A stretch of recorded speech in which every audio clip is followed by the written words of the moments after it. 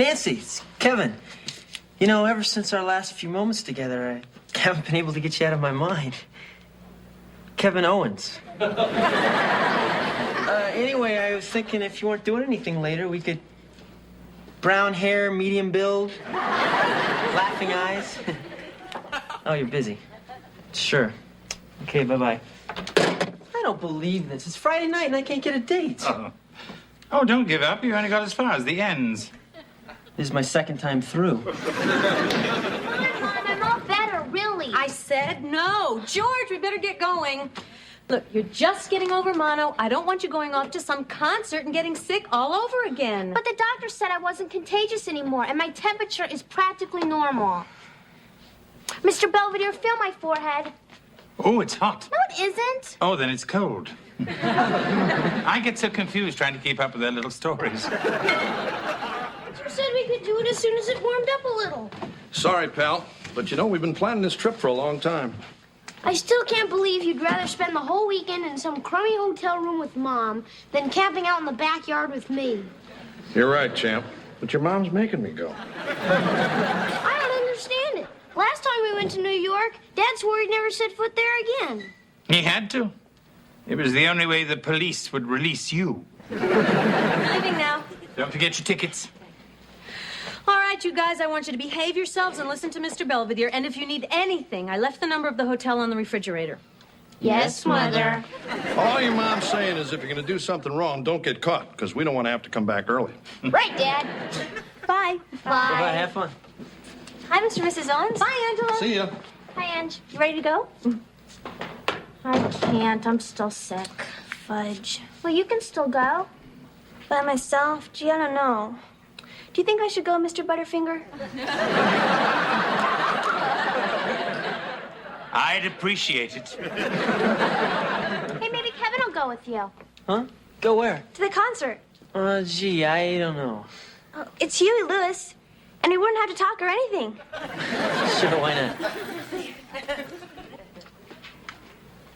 So, what are you doing this weekend? Spending it indoors. That's okay, Mr. Belvedere. You don't have to go camping with me if you don't want to. Fine. Probably couldn't take it anyway. Your feeble attempt at reverse psychology is rather transparent. Okay. Although I'll have you know that I once spent 3 weeks on the Kalahari with only a divining rod and a slingshot. Yeah, sure. Last time you were stuck in the Yukon and all you had was a bag of blubber. All right, Wesley, get your gear together. You mean we're going? Yes. Thanks. I'll try not to make it too tough on you. I wouldn't worry about me. It's open. Hi, it's just me. Oh, hey, Angela. Heather's upstairs. I had a real fun time at the concert last night. Yeah, me too. And thanks again for driving me home. Oh, sure. Most guys don't come to complete stop the way you did. Usually I have to jump.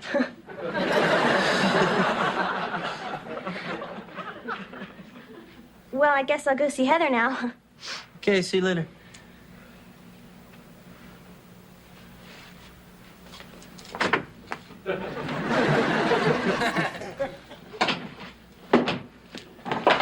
Don't forget to scratch out the serial numbers. I didn't steal this stuff. It's for a camp out. See, you got a heater, a barbecue, and video games in case there's nothing on TV. What, no VCR? Oh, right. Hold it! You won't be needing the VCR because you're not taking the television either. Huh? No, the only things a true camper needs are a mess kit, a canteen for water, a knife for cutting, and this rope. What's the rope for? In case you give me any trouble. It's just not fair. I mean, I bought these suspenders before anyone else was wearing them. And then while I was sick, everybody started to. And now that I'm better, nobody is. Angela. Huh? Something wrong? Oh, no, I was just thinking about somebody. This guy. Oh, yeah? Who? Somebody. Well, what's this somebody like? He's wonderful. I mean, he's cute and he's real smart. And every time he smiles, I tingle. So who is he? Your brother. Wesley? heaven. You're kidding. From the moment our eyes met, I knew he was the person I wanted to spend eternity with. Oh, brother. So do you think he likes me? Well, how should I know? Well, you gotta find out. How? Just say that I happen to mention that he's cute, and that I sort of like him, and that I want to be the mother of his children. And see what he says. Sure.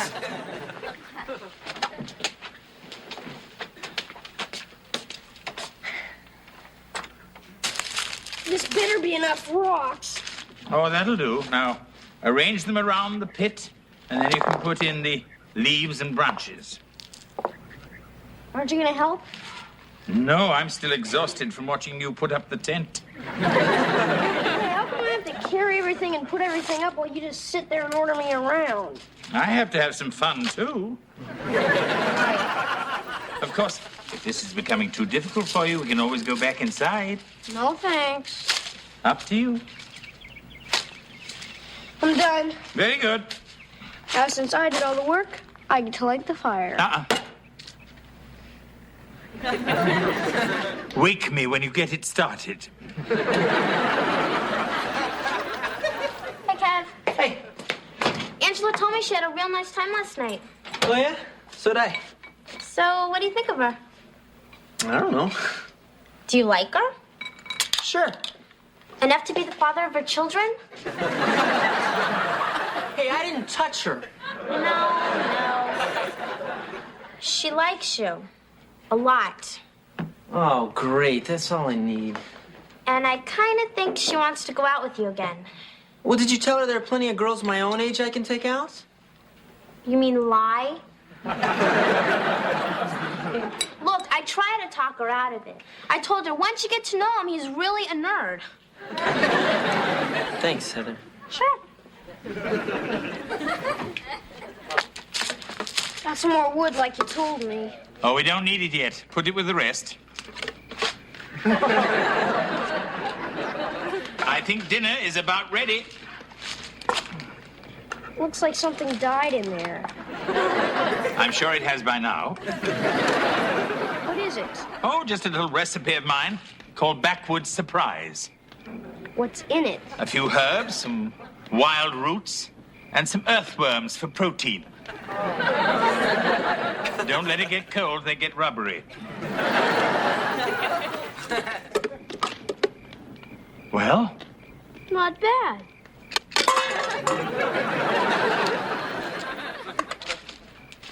Boy, those worms were great. Wonderful. Maybe for dessert, I'll fix you a bowl of tree lice. You know, I think I figured out why you've been making me work so hard and giving me such a tough time. Have you? Because if you do something all by yourself, it makes you a better person, right? Something like that. So, what do we do now? Well, if we were in the Kalahari, we would sit back and enjoy the evening air. But this is Pittsburgh, and it's not quite the same thing. Me and Dad usually watch TV now. Yes, well, I'm afraid you'll have to find some other way of amusing yourself.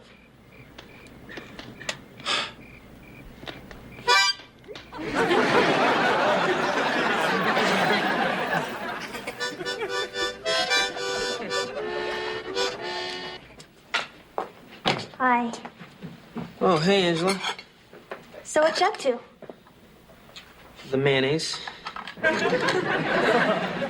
hope you don't mind me spending so much time around here, but Heather's sick and she needs me. Yeah, by the way, where is Heather? I don't know.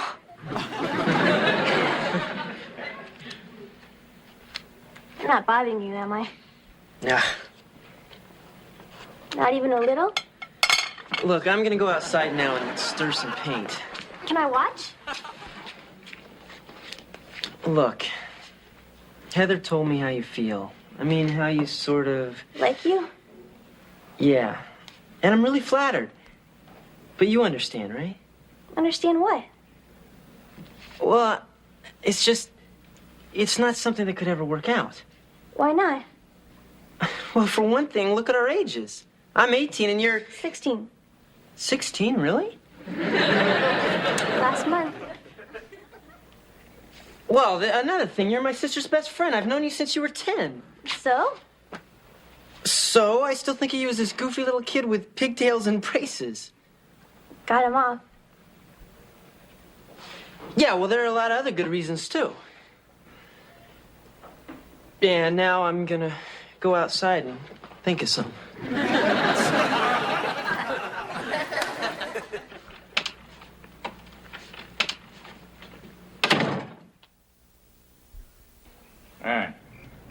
All right, rise and shine. Everybody up, up, up, up, up, up, up, up. Come, Winston. You know, Mr. Roosevelt doesn't like to be kept waiting. You're talking in your sleep. Wesley, Wesley, what are you doing at Yalta? It's 1945. You haven't even been born yet. You'll do anything to irritate me. You poisonous little pipsqueak. Hey! What? Oh, no. He's nobody important, Prime Minister. Just some sneaky little reptile. Which reminds me, you'd better watch out for Stalin.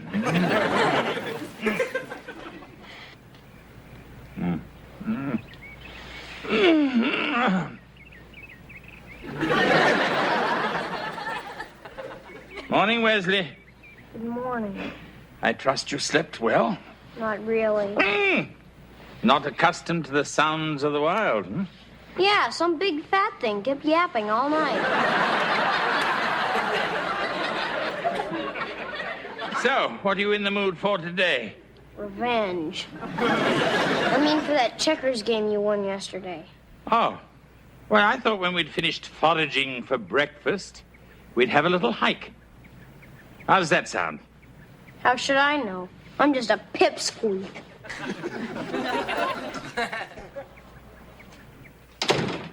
Good morning, Kevin. Oh, hey, Mr. Belvedere. How's the camp out going? Fine. Wesley seems a bit down this morning, though. Perhaps it's because I left him filleting a skunk. Morning, Kevin. Yeah, hi. Hi, Mr. Belvedere. What did you call me? Huh? I'm so sorry. It's the first time you ever called me by my right name. Well, haven't been myself lately. Did you get my poem? You mean the one taped over the toilet? I wanted to make sure you got it. Well, I did. Well, I'm gonna go see Heather now. Till next time. Something happened while I was in the woods? I took Angela to that concert, and she got a crush on me. Oh, that's cute. Hey, come on, I don't know what to do. Well, just tell her firmly but nicely that she's too young and that you're not interested. I tried that. And she didn't believe you? I didn't. I mean, all I do is get dumped on by girls my own age. And now here's somebody who's really nice and who's not so bad to look at. So why not go for it?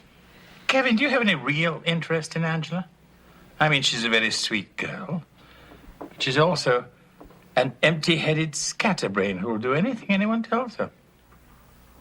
That could come in handy. Kevin!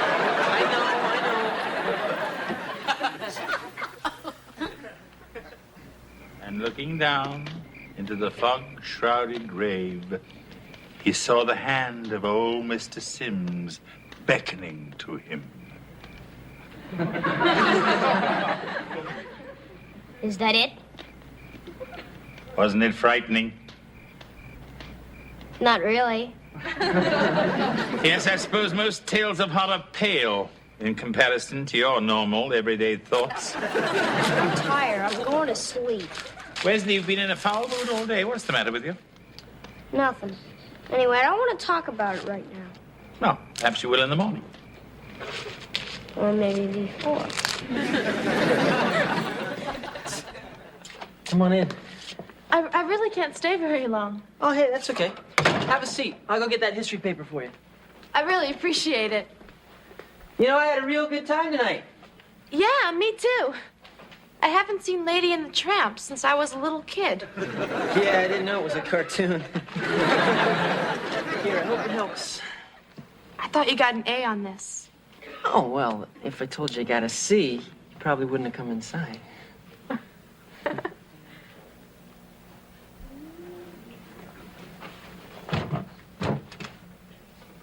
Well, that's a pretty picture. Oh, Where have you been? great. Out! Well, you missed dinner. And I fixed him macaroni and Velveeta. It's his favorite. Oh, sorry, Terry, this is Angela. Hi. She's just a friend of my little sister's. I want to have Kevin's children. Do you? Not tonight.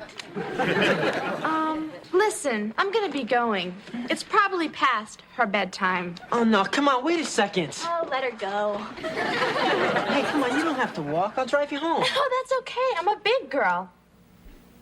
But that probably doesn't interest you. Ready for the macaroni now? Look, just leave me alone, okay?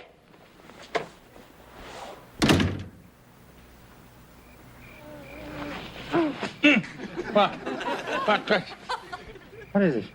Mr. Belvedere. Mr. Belvedere, you're so smart. Someone you really gotta look up to. I can't look around him, he's such a big blimp. I hope he goes back to England and chokes on a scone. It's slimy Yorkshire pudding breath. Oh, Wesley! Wesley, wake up. You're talking in your sleep. No, I'm not. But you were. What do you mean? Last night, you were saying all sorts of rotten things about me. Really? You called me a sneaky little reptile. I do that when I'm awake. Yeah, but I always thought it was your way of showing how much you like me. But you said it when you didn't even know I was listening, so you must really mean it. That's not true. Yes, it is. Okay. Thanks. Wesley, I was rather upset with you when I went to sleep last night. And I suppose calling you names was my way of letting off steam. Why would you be upset with me? I did everything you told me to. I know. When I agreed to come on this camp out, I wanted to teach you a lesson. I expected you to fold under the pressure and give up, but you didn't. You rose to the occasion admirably.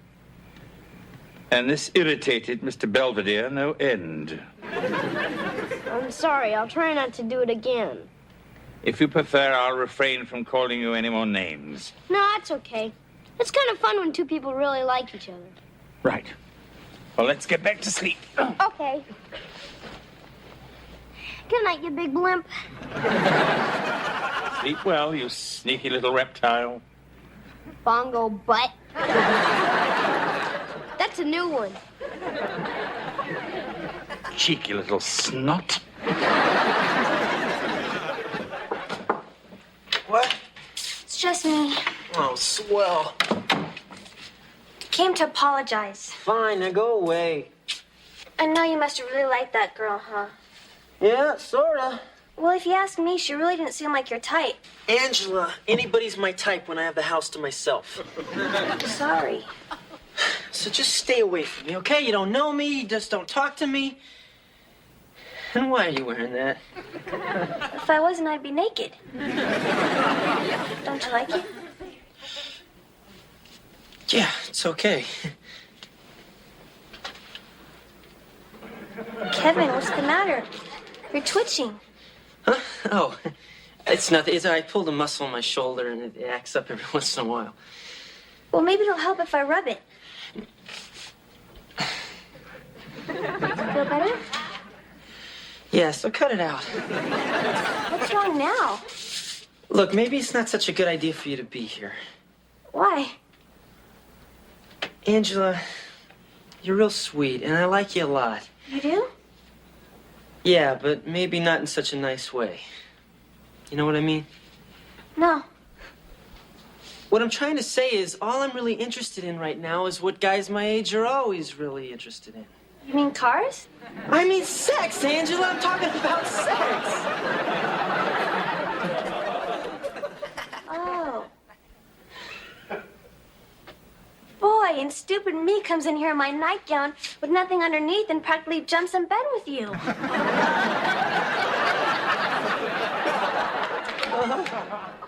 And I probably would have let you do anything you wanted because I like you so much. Thanks for telling me that, Angela. So I guess it's all over between us, huh? Yeah, it's like I said before, it just wouldn't work out. I mean, we're from two different worlds. Mine's Earth. I understand. Well, anyway, it is nice being wanted by someone, even if it is in a cheap and sleazy way. Good night, Angela. Good night, Kevin.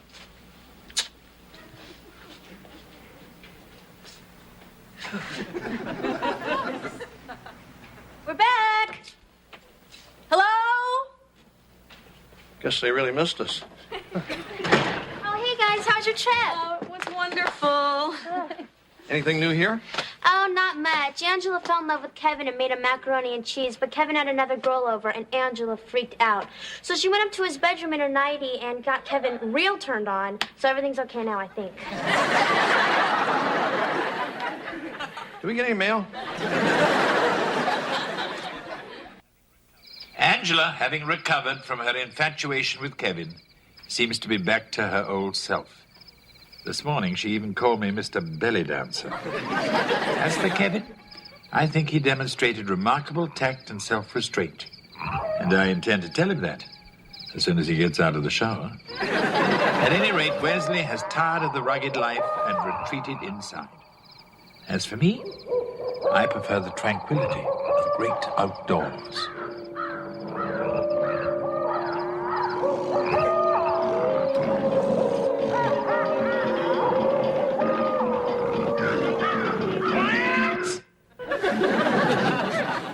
That's better.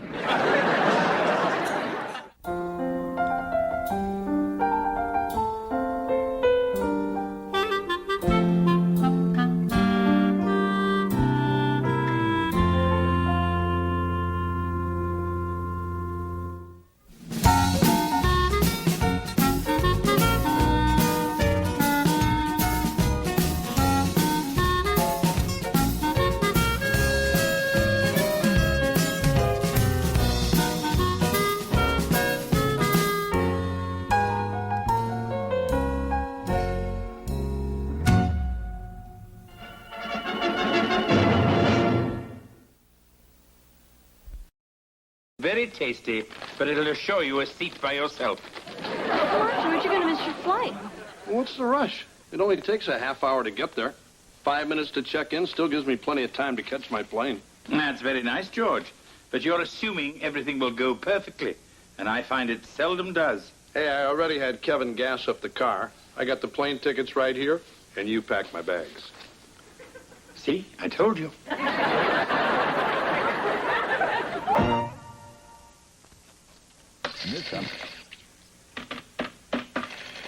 I don't understand what's going on around here.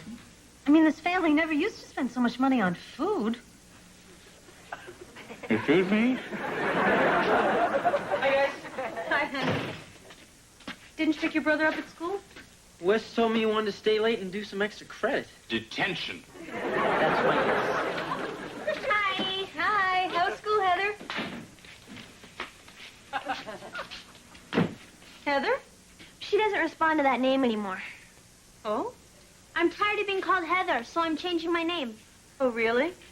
Yeah. From now on, her name's gonna be Banaka. Not Banaka, Bianca. Oh. And I was gonna change my name to Lavoris. What's the matter, honey? I thought you liked your name. Oh, I hate it. I'm tired of guys making jokes like, hey, Heather's really blooming, or how about a roll in the Heather? Besides, I'm 16 now. I need a name that sounds more sophisticated. How about Sir Cedric Hardwick? So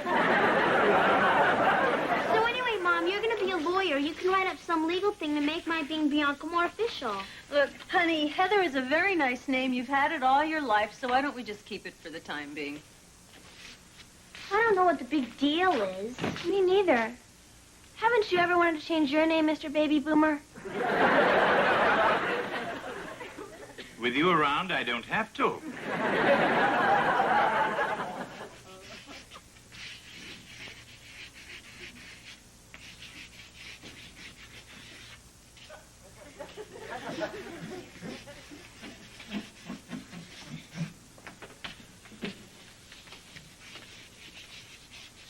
You're late. No, I'm not. I've been here all the time. Then what makes you think I'm talking to you?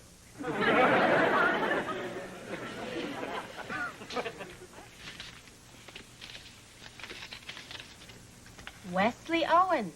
Yes, ma'am. I recognize you from your poster in the teacher's lounge. Why isn't Mr. Baskerville here? He's usually asleep when I sneak in. I'm substituting for him this week, but he told me all about you. Oh, okay.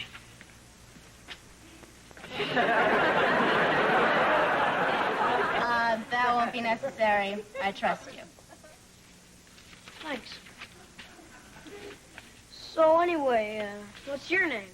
I'm Miss Connors. Here's my water pistol, Miss Connors. It'll save us both a lot of heartache.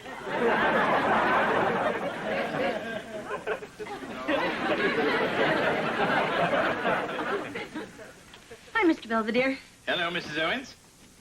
George called from Shea Stadium. He did? He said he loves you, he misses you, and he asked me to give you these. Thank you. Oh, and Wesley also called from school. I'm afraid he's got detention again. Oh, that's the third time in 3 days. It's just not like him. I'm his mother. I've got to act a little surprised.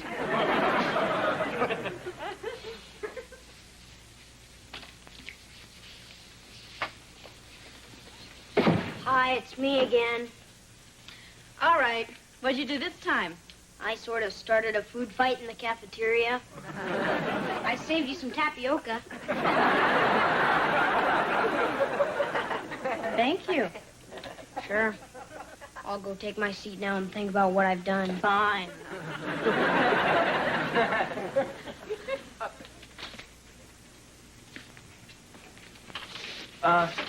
Is this the discipline room? Excuse me? I'm here to pick up my little brother. He's got detention. Oh, you must mean Wesley. I'm Ellen Connors. I'm Kevin. Listen, he's outside clapping some erasers, but he should be right back. Sure. I'm done. Hey, what are you doing here? Mom sent me to pick you up. I don't need you. I was gonna call a cab. Let's go, Wes. It was nice meeting you. Good night, Wesley. Till tomorrow.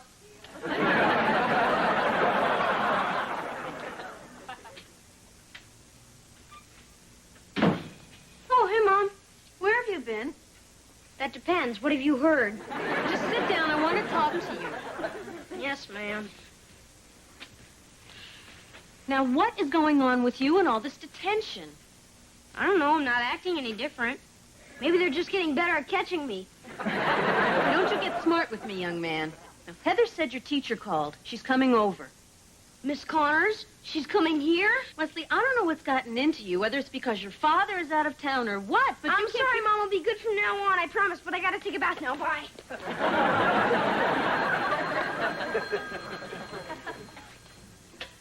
Hello? No, Angela, there is no Bianca here. Yes, I'm quite sure. No, I will not tell her Velveeta called. I'm getting a little tired of this, Heather. Bianca! Look, nobody but Velveeta is going to take you seriously anyhow, so why don't you just drop this nonsense, okay?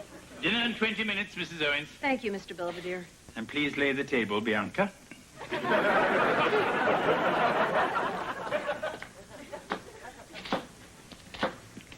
Hey, Mr. Belvedere. Hello, Wesley.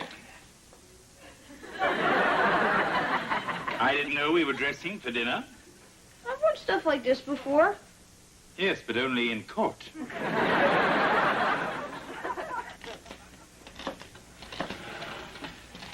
Mr. Belvedere, can I ask you something? Certainly, Wesley. When you were a kid back in the olden days, Did you ever like someone a lot, but you didn't know how to tell them? Yes. I believe it was in the Neolithic age. I had a crush on a druid named Doris. Huh? Look, Wesley, if you like this little girl, just wait until the mood is right, then tell her. She's not that little. She's Miss Connors. Your mistress of detention? I've been doing bad stuff all week just to get sent to her. Very clever. The thing is, I've never felt like this before. I mean, when she looks at me and says, Wes, spit that gum out in the trash can, I get all tingly inside. Yes, well, I can see you like Miss Connors a lot, but she may not feel the same way about you. Oh, yeah? Then how come she's coming over tonight? She is? Yeah. She's probably going to pretend to talk to Mom about how rotten I am at school, but I think it's just because she can't get enough of me. Yes. Few of us can. I'll bet that's her.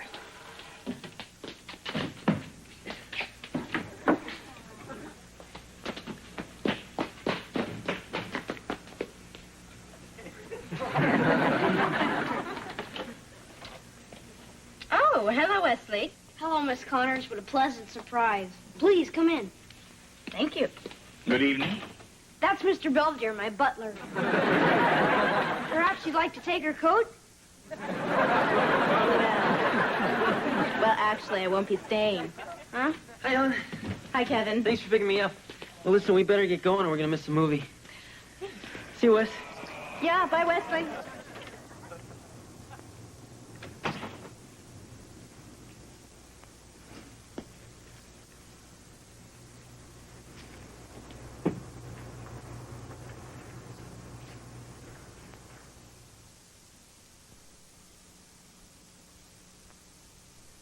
Are Wesley and Bianca up yet? Mr. Belvedere, I have really been trying to get Heather to drop this stupid Bianca business.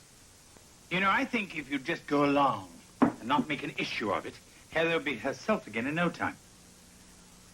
I remember when Prince Charles wanted to be called Buzz. I told him... Thank you, Mr. Belvedere, but we are not the royal family, and I think I know how to handle my own daughter. Very well. Morning. Morning, Heather. Heather? Bianca! Well, Wesley, I seem to have lost your mother and sister. Are you ready for breakfast? Hi, guys. I seem to have lost my appetite. Hey, what'd I do? You stole his main squeeze. Miss Connors, Wesley likes her too. Aw, Wesley's got a crush on teacher. That's cute.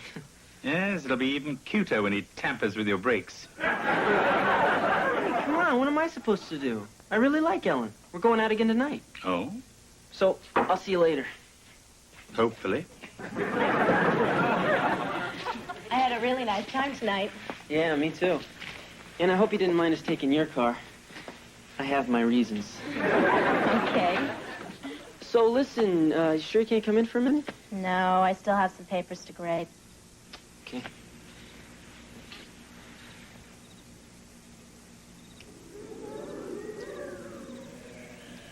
I give that an A.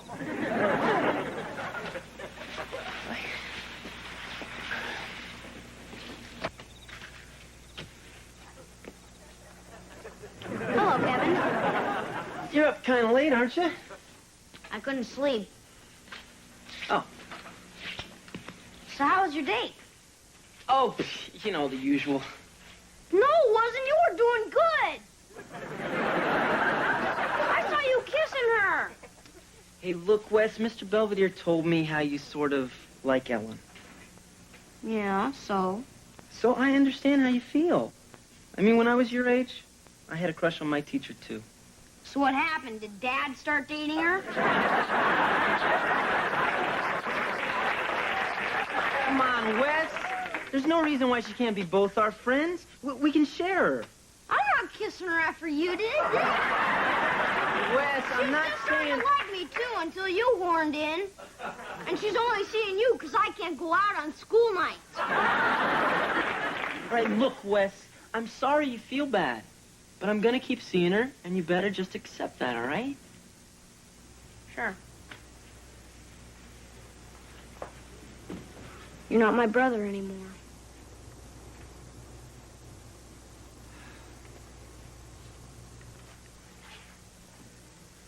Hey, Mr. Belvedere. Oh, hello, child number 2. Sorry, we won't be here for dinner, Mr. Belvedere. We're going shopping at the mall, then have a nice dinner out, just the two of us. Sounds like a splendid idea. Let's go, Hev. Bianca! Hey, Mr. Belvedere, what's for dinner? How about a hot dog and some gummy bears? We're going to the movies. Oh, yeah? What about Kevin? Is he coming? No. No, he may have other plans with Ellen. You know, with a house to himself, I'll bet he does. I'm not going to the movies. Ah, come on now, Wesley. It's Massacre at Horror High. You could pick up some pointers. Hey, what are you still doing here? I thought you guys were going to the movies. We were, but I can't seem to find your brother anywhere. Huh. Normally, I wouldn't mind, but tonight's free nachos. Hello? What? No, I understand. Somebody will be right there. Thanks. That was the police. Wesley got caught. Wonderful. I know that little jerk just did this to screw me up with Ellen. Come along, Kevin. We better get down to the station before the police start checking him for priors.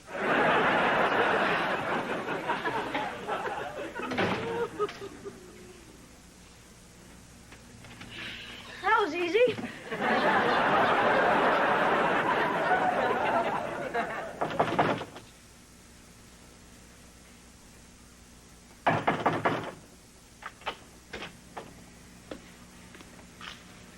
Kevin?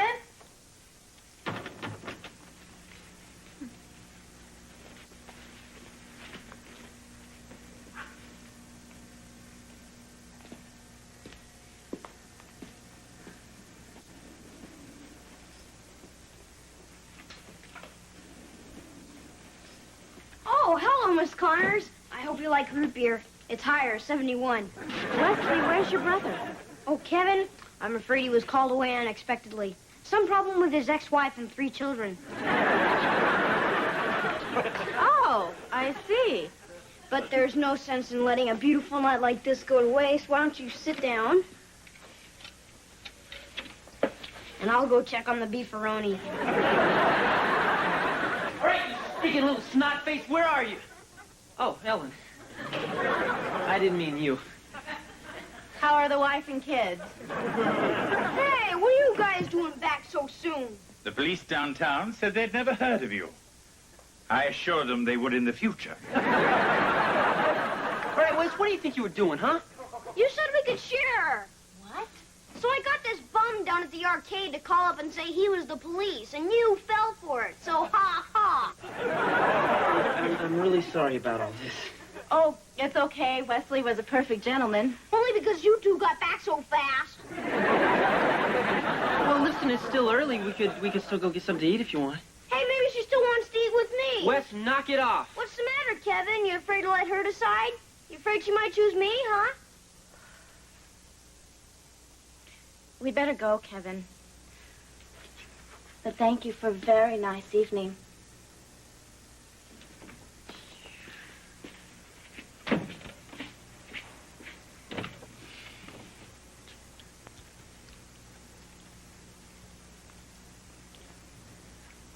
She doesn't know what she's missing.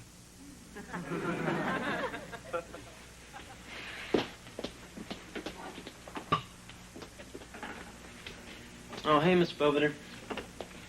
Hello, Kevin. Back so soon? Yeah, I'm gonna go up to bed.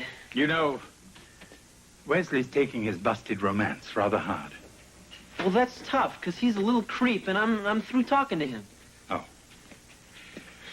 In that case, I wouldn't go out on the patio.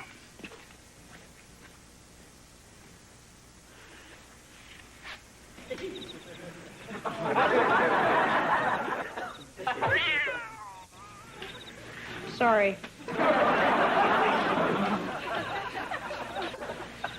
Oh, there you are. Don't hit me. I just had 4 root beers, and I don't know what might happen. Don't worry. So how was your date? It was fine. What's the matter? Didn't she give you a goodnight kiss? Nope. More like a kiss off. Huh? She dumped me. She said things were getting a little too weird. With both of us. Oh. I guess I really messed things up for you, huh? What's the difference? I mean, sooner or later, things always get screwed up between mean girls. You just made it happen a little sooner. Oh. I probably saved you a lot of money. Yeah, probably.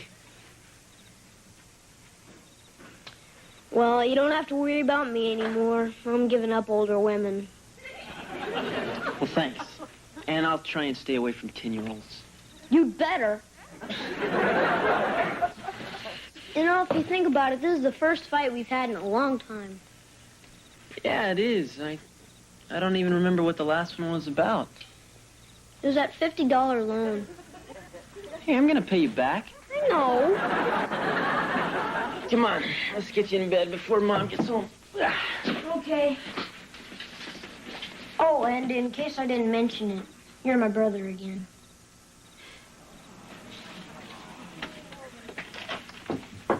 Morning.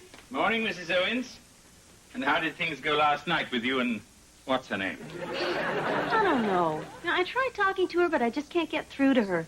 I mean, I told her that changing your name doesn't change who you are, but she just won't listen. Yes, well, I certainly sympathize. Oh, incidentally, Mrs. Owens, this packet of business cards arrived, but I don't know who they belong to. Oh, they're mine. I ordered them for when I start my law practice.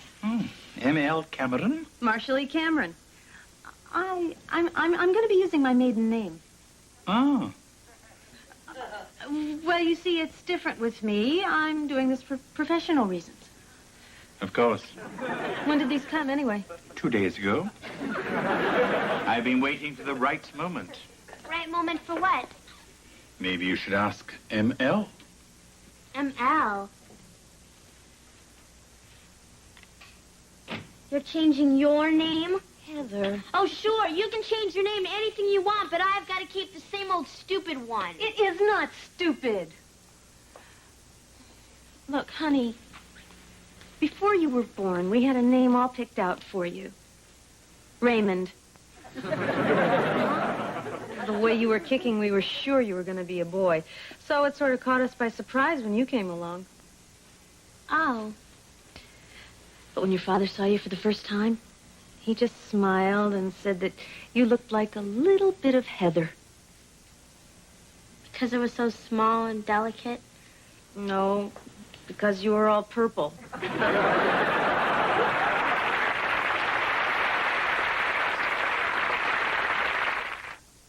Mr. Belvedere will be right back.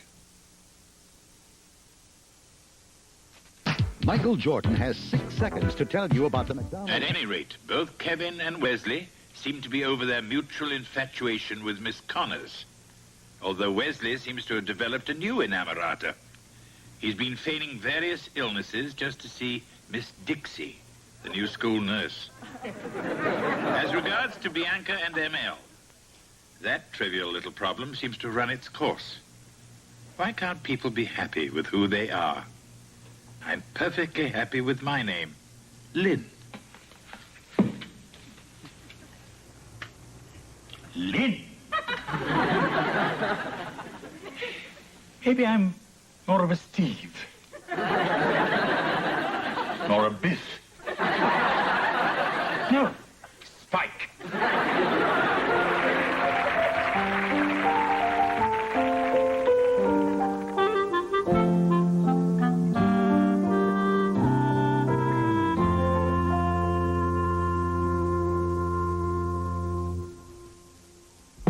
Sunday night, an afternoon adventure becomes a test of survival for a couple of kids when they meet up with Bigfoot on the Sunday movie.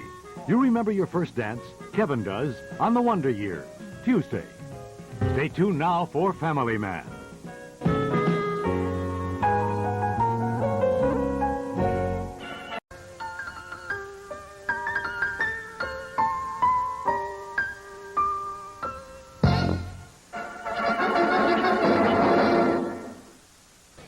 Yes, and each handsome porcelain pit bull is a signed and numbered edition, now offered by the Hamilton Mint in its Vicious Pets of America series. Call 555-BITE.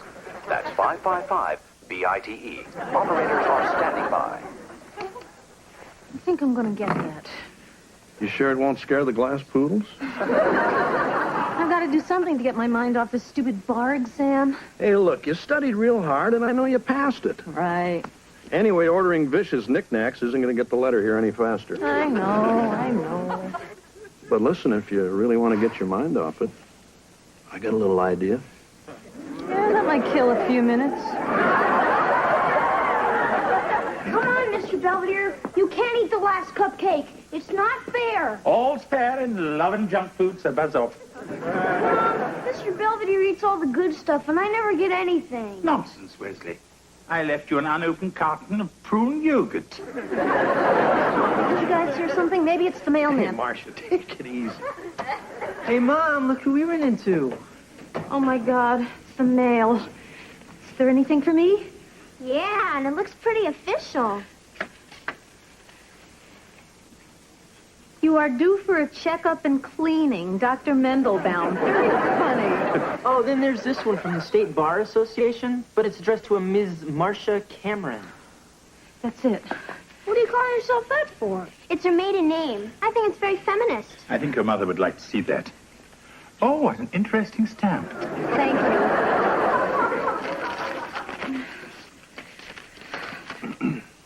I can't. The Board of Bar Examiners is pleased to inform you that you have passed the July 1987 bar exam.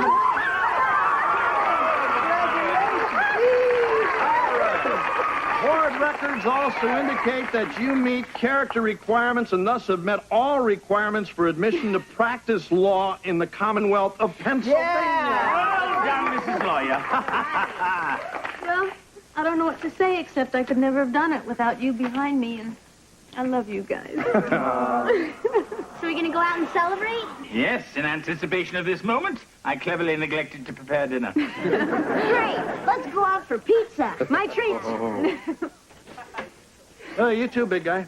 Now that we're a two-income family, I think we can afford it.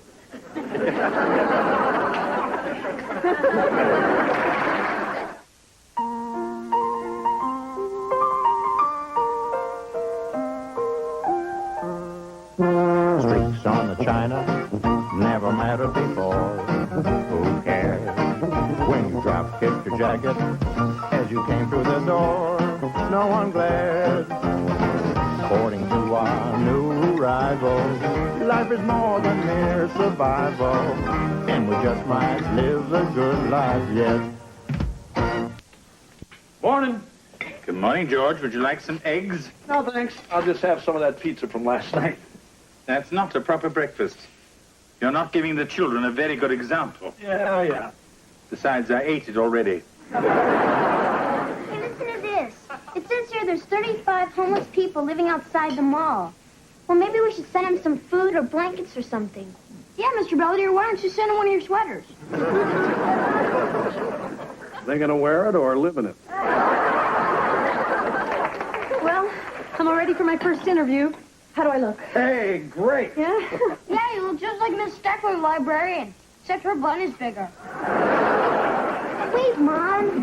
You look great. You just need to loosen up a little. Yeah?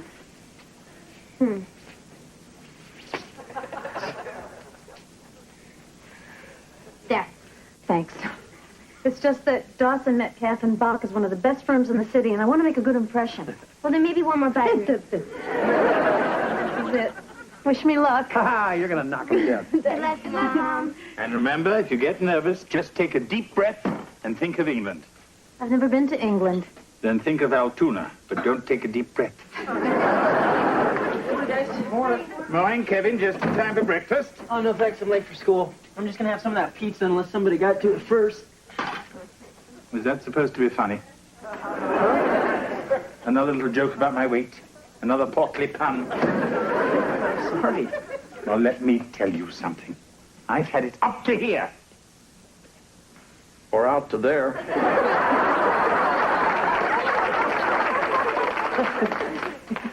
That's right. Yuck it up while you can. Because as of now, I'm going on a diet.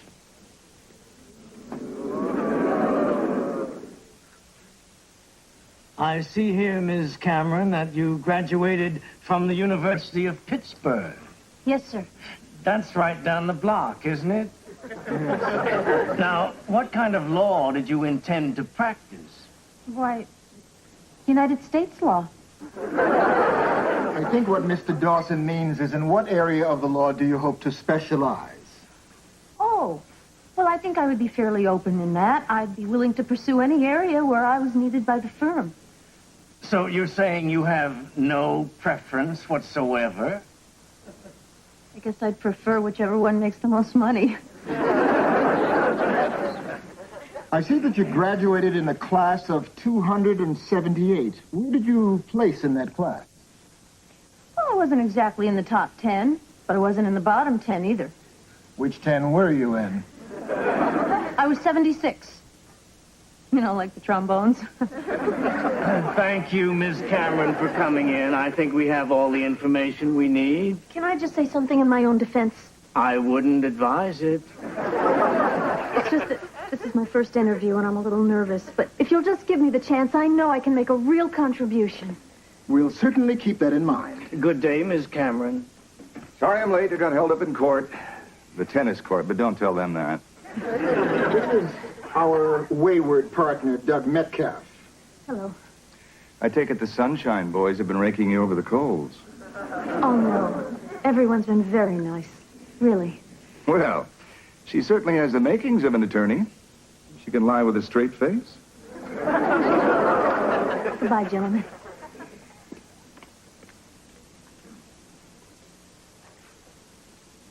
Come on, Dad. Okay, I'm moving. Here. Ha-ha, I jumped you. Here's your milk.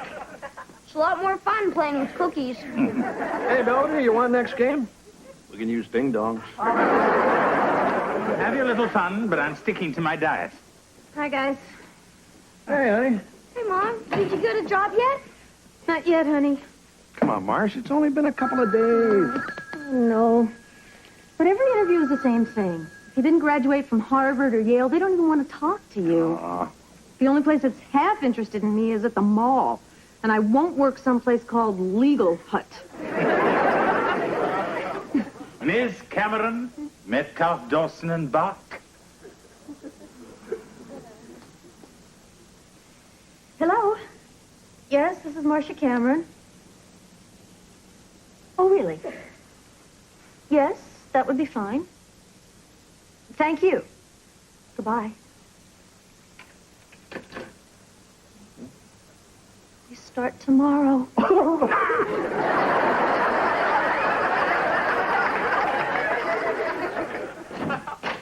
Hey, Dad. Hey, Kev, how's the road work going? Pretty good. Never knew Mr. Belvedere could run so fast. He almost caught up to the donut a couple of times, but I just kept pedaling faster. All right. Give it to me. It's mine. Say, that's a pretty snazzy running suit, big guy. Thank you. Yeah, me and Wes picked it out for him. I don't know why, but it got quite a reaction along the jogging trail. Come on, Mr. Belvedere. Time to do your sit-ups. Very well, but I have to get my mineral water first.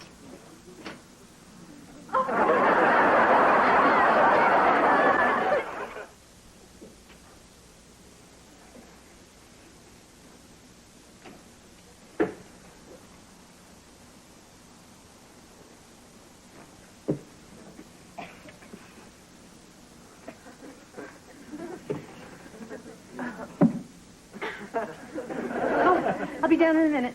No rush. Yeah. I've got all that research you requested on the Sarunian case. Oh, great. Now I suppose I have to read this junk. Well, actually, I've already gone through most of it. The pertinent passages are marked with the red paper clips, and I took the liberty of summarizing some of the longer sections for quicker reference. Very impressive. I think you've just won yourself a trip. I'm arguing this thing next week in Philadelphia. I figure somebody should be there who's familiar with the case. Oh, well, that's fine. I should be done with all my Xeroxing by then. Listen, I have meetings in the morning. Why don't we go over all this, say, tomorrow at lunch? Certainly. Good. I'd just like to say how grateful I am for this opportunity, and I'm sure I won't let you down. I'm sure you won't either.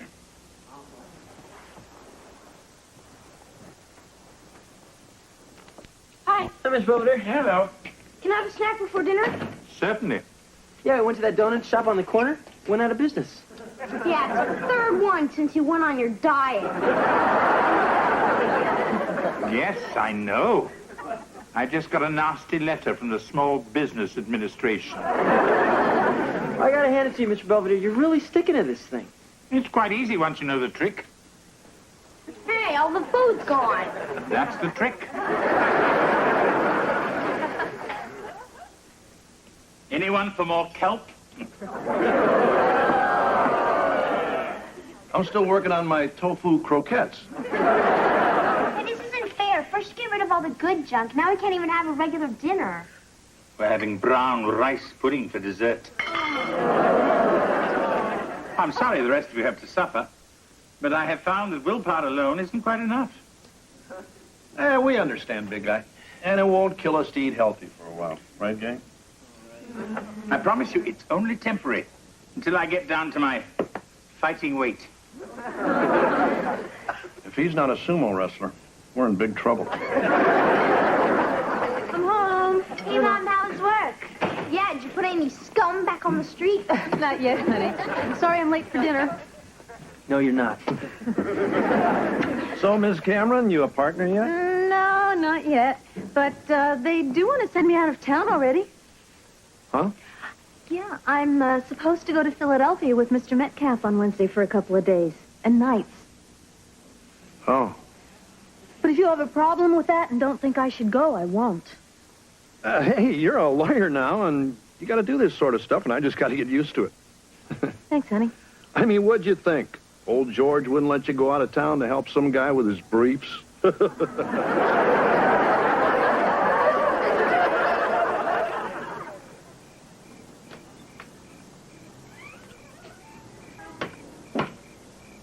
Mr. Belvedere, what are you doing? Watching the Huffnagels eat. They're having baked ham with what appears to be raisin walnut sauce. What are you looking at, pervert?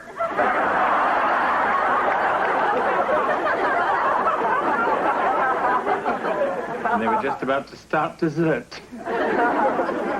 Anyway, I just wanted to tell you that I'll be out of town for a few days. Was it the kelp? I'm going to Philadelphia.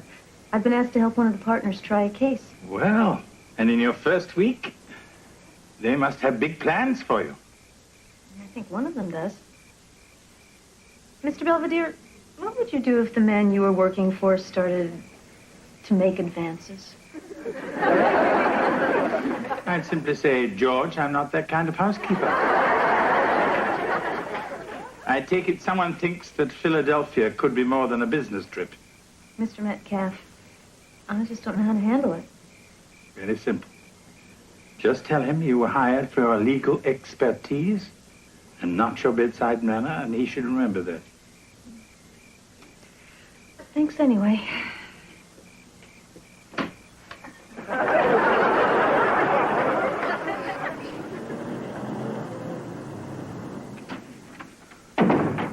They were out of soda, so I got us a couple of these. They had beer in the vending machine? No, there were a couple of conventioneers down the hall. No, thanks. You sure? I thought we'd toast your first day in court. I think I better keep a clear head for tomorrow. I didn't do so well today. Hey, you did just fine. Anybody could have tripped the bailiff. I don't think the judge was too crazy about me either. She's just jealous because you look better in black. Anyway, I dug up Parker versus Fox. I think it'll help us prove negligence. What's this say here? I can't quite make it out. What? This. I can't see it. Then why don't you come over here? Why don't you come over here? Why don't I go over there?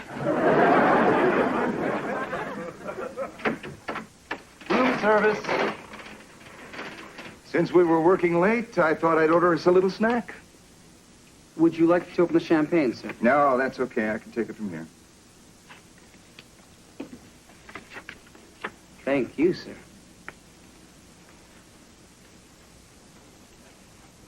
Very nice. The only thing missing is the blindfolded violinist. He called in sick. Don't. I thought we liked each other. At least I like you. Look, Doug. I mean, I really think you could turn into one hell of an attorney. Together, we could do some real damage. And I want to keep working with you. But I'm not interested in any of this. Then why did you take the job? What do you mean? Well, there were 24 applicants, Marcia. You don't think you got it by being 76th in your class? You know, like the trombones? I was hired because I'm a good lawyer. And because I convinced Mr. Dawson and Mr. Bach that I would be an asset, make a real contribution. You didn't even come in till the end. Okay, maybe you had something to do with it. But if you were under the impression that I would ever be anybody's little Miss Jolly Time, well, you can correct that impression right now, or I am on the next plane back to Pittsburgh.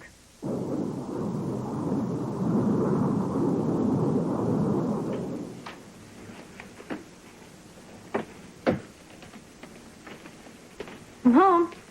Hello, Mrs. Owens. Don't mind me. I'm just sifting through the ashes for weenie remnants. I didn't think you were back until tomorrow. Oh, well, remember that situation we were talking about? Yes? Things sort of got out of hand, so I took an earlier flight home. I see. May I ask you one question? Sure. Did you happen to bring back a bag of those honey-roasted peanuts?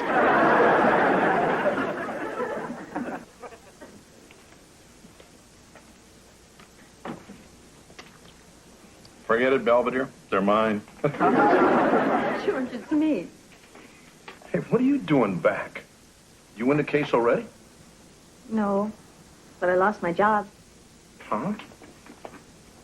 What happened?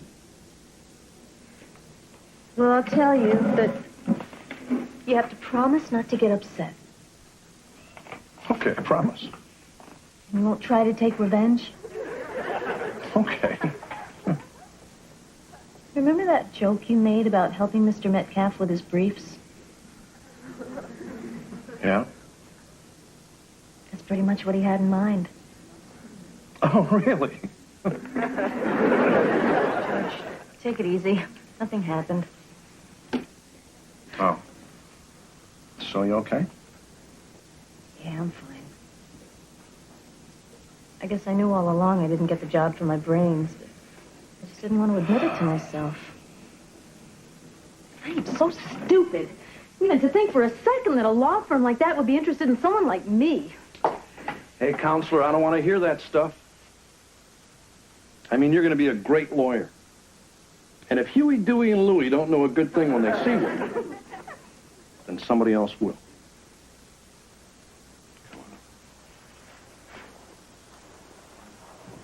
Okay, I'm ready for work. hey, you look real nice in your blazer, Mom. Yeah, and if things don't work out at the legal hut, you could always sell houses. Okay, the car's all warmed up. Everybody ready? What's going on? Well, it's your first day at work. We all want to go to the mall with you. Aw, that's very sweet, but you don't have to. We do if we want something to eat. Breakfast, everyone. We're having curds and low-cal whey. Yeah, save it for Little Miss Muffet. We're going out for pancakes. Yeah, we're through with eating this slop. Well, what about me? I haven't lost enough weight yet. Yeah, well, we have. I lost 10 pounds. I lost 15. Yeah, if this keeps up, I'm going to have to start wearing suspenders. I didn't realize. Anyway, what's the big deal about being a few pounds overweight? Yeah, Mr. Belvedere, we like you just the way you are. Yeah. Then why do you make all those jokes? Because we like those, too. So come on, Belvedere, why don't you forget the diet and give us all a break? All right, but I'm only doing it for the sake of the children. Well, what are we waiting for? Let's hit those pancakes. Maybe we better call ahead and make sure they got enough batter.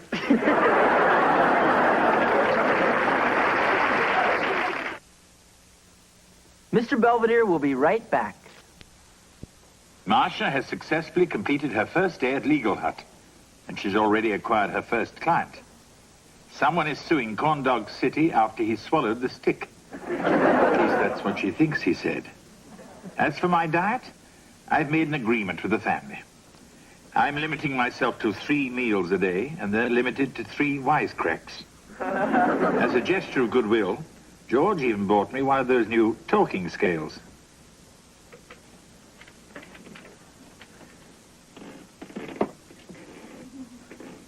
Your weight is 173 pounds.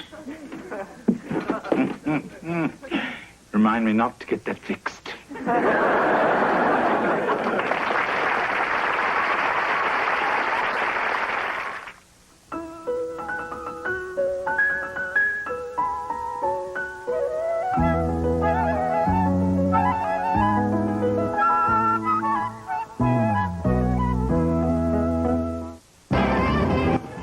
Tonight at 6:30, Mallory's plan to join a sorority backfires on Family Ties. Then at 7, Hawkeye and the troops open their hearts and tents to Korean orphans on MASH. Now, Janet tells her visiting mom that she and Jack are married. Three's Company, next on Fox 11.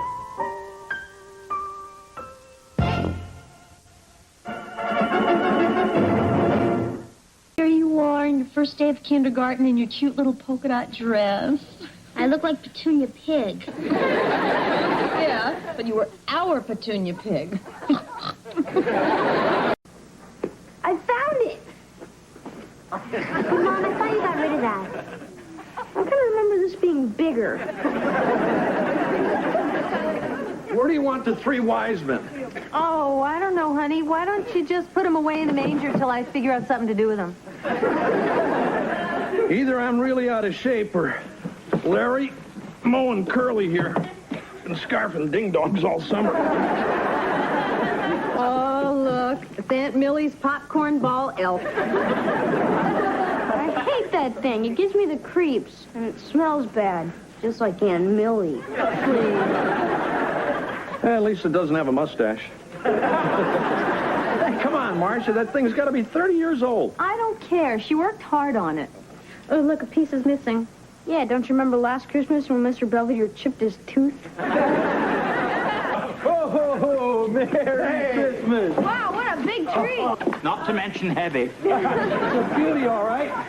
You picked a good one, big guy. Oh, don't look at me. I wanted the aluminum model. Okay, gang, we've got a lot of work to do. Heather, I'm going to need your help trimming the banister. Wesley and Kevin, you're in charge of the outside lights. And George, here's the gift list. If there's nothing else you want dragged in from the forest, I'll be in my room. Oh, Mr. Belvedere, I thought we could go through the holiday cookbooks and plan Christmas dinner together. Oh, no need. I'll have everything prepared for you. So in my absence, all you'll have to do is just pop it in the oven. Oh, thank you. What do you mean in your absence? Yeah, aren't you going to spend Christmas here with us? Of course not, Wesley. Christmas is always my day off.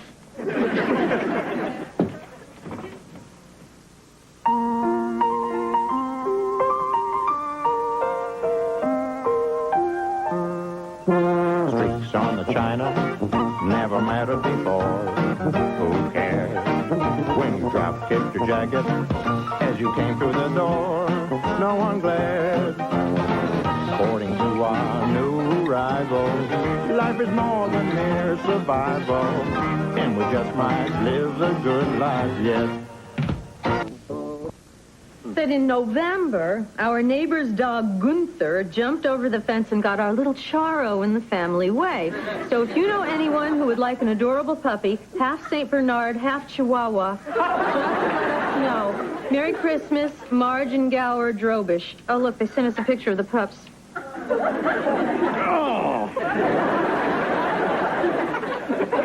Hey, look at this. The Hafnagel sent us a Christmas card with $20 in it. What's that for? Oh, it's a bribe, honey, to keep Wesley out of their yard. Here we are. Christmas cookies as requested. Don't eat the gingerbread Keno, girl. That's for Wesley. Hey, Mr. Belvedere, these are really good. Aren't you going to have one, big guy? I would, but then I know what's in them. Mr. Belvedere, are you sure you won't change your mind and spend the holiday with us? I'm afraid I've made other plans. Oh, yeah? You got a hot date with one of Santa's helpers? The thing is, you're so much a part of the family. Well, we all have our Christmas traditions, and mine is to spend it alone. I wonder what the big guy does all by himself. I don't know. Maybe he just likes to have Christmas off. I don't know why. I don't pay him for it. Hey, I know. I bet he dresses up like Santa and hands out toys to the needy kids at the orphanage. Nah. Hey, Wes. Wesley, what are you wearing? It's a yarmulke. I just want you all to know I've thought a lot about it, and I've decided to become Jewish. Wesley, you don't just become Jewish. Sammy Davis Jr. did. Tell me, Wesley, did this sudden conversion have anything to do with the 8 days of Hanukkah and the 8 days of gifts that come with it? I thought it was 9. So much for spiritual callings. Well, we'll be at the mall. Shalom, Wes. Hi, Miss Belvedere. Hello, Kevin. Well, somebody's sure getting into the Christmas spirit. Oh, really? Who? You. I mean, making all these cookies, wiping up the crumbs with your little poinsettia tea towel. Christmas won't be the same here without you. I think you should stay. Why? So I can go. It's just, there's a bunch of sorority girls, and they're renting a condo in the Poconos, and there's this girl I really like, and she kind of likes me. But there's this other guy that she likes too, and he's going. So if I don't and he does, then they will. Not at all. Look, it's just if I'm not here for Christmas dinner, it's going to break Mom's heart. But if you're here, me being gone won't seem so obvious. You could even sit in my chair. Oh, goody. Can I wear your bib, too? Look, Kevin, I don't think your mother would consider me a suitable substitute for her eldest son. Yeah, I guess you're right. Besides, if you're not here, who's going to spill eggnog on your father? Dreidel, dreidel, dreidel, I made it out of clay. And when it's dry and ready, dreidel I will play. Wesley. Hey, Wes, I thought we talked about this.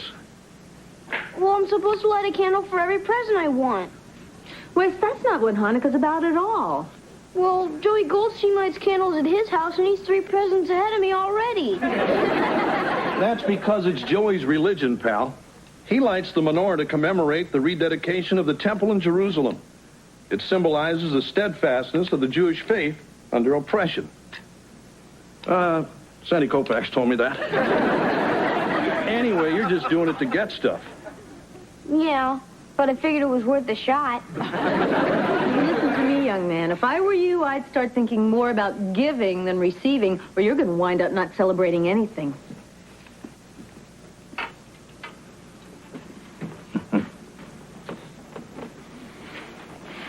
It's cracked. What? The glass on your watch is cracked. Thank you for telling me. So how is our littlest rabbi doing? Terrible. Mom and Dad think I'm a greedy pig. That doesn't sound very kosher. So anyway, what do you want for Christmas? How about my room to myself? Well, I know I could get you a new watch. I already have one. Then I'll get the old one fixed. I like it the way it is. You know, I'm up here trying to have the true spirit of Christmas, and you're sure not being very cooperative. Goodbye, Wesley. You know, bah humbug to you, too.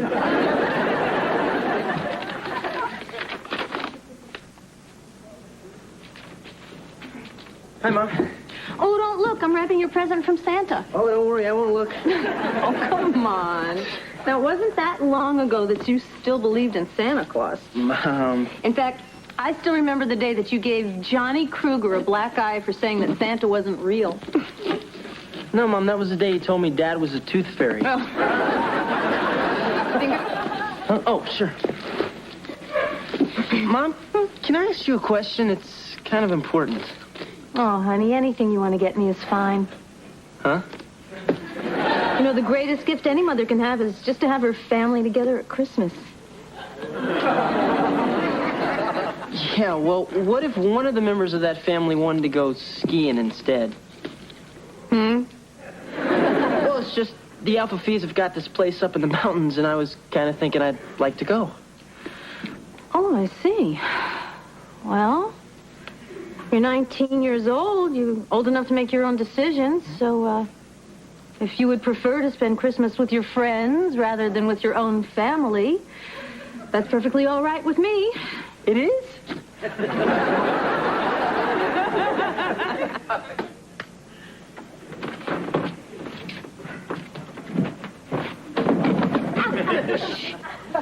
You want to blow the whole operation? Oh, if we get caught, I can forget about getting my own phone for Christmas. You can forget about it anyway. I peeked. Here it is.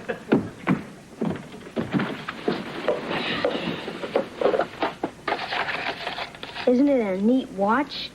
Yeah, and it'll be even neater when we get it fixed. Hey, look, there's an inscription inside. To my dearest Lynn, December 1941. Love, Pamela. Wow, Mr. Belvedere must have had a girlfriend. Yeah. Now I think I know why he doesn't like Christmas.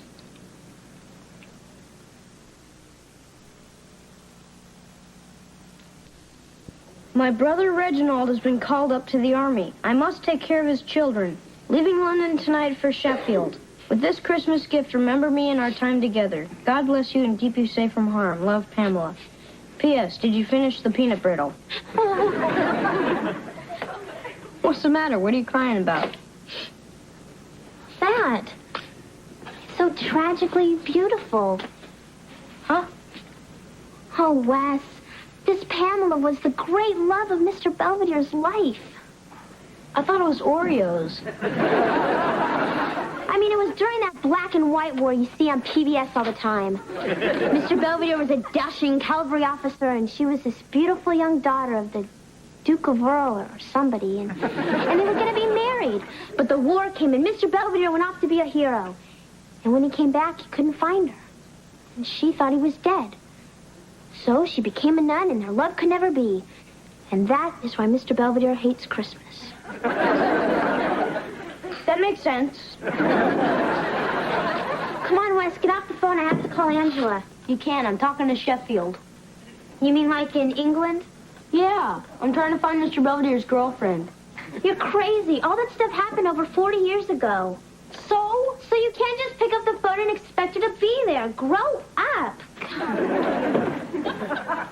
Hello, is this Miss Pamela Kent? It is? Well, do you remember a guy named Lynn Belvedere? You do? So listen, you ever been to Pittsburgh?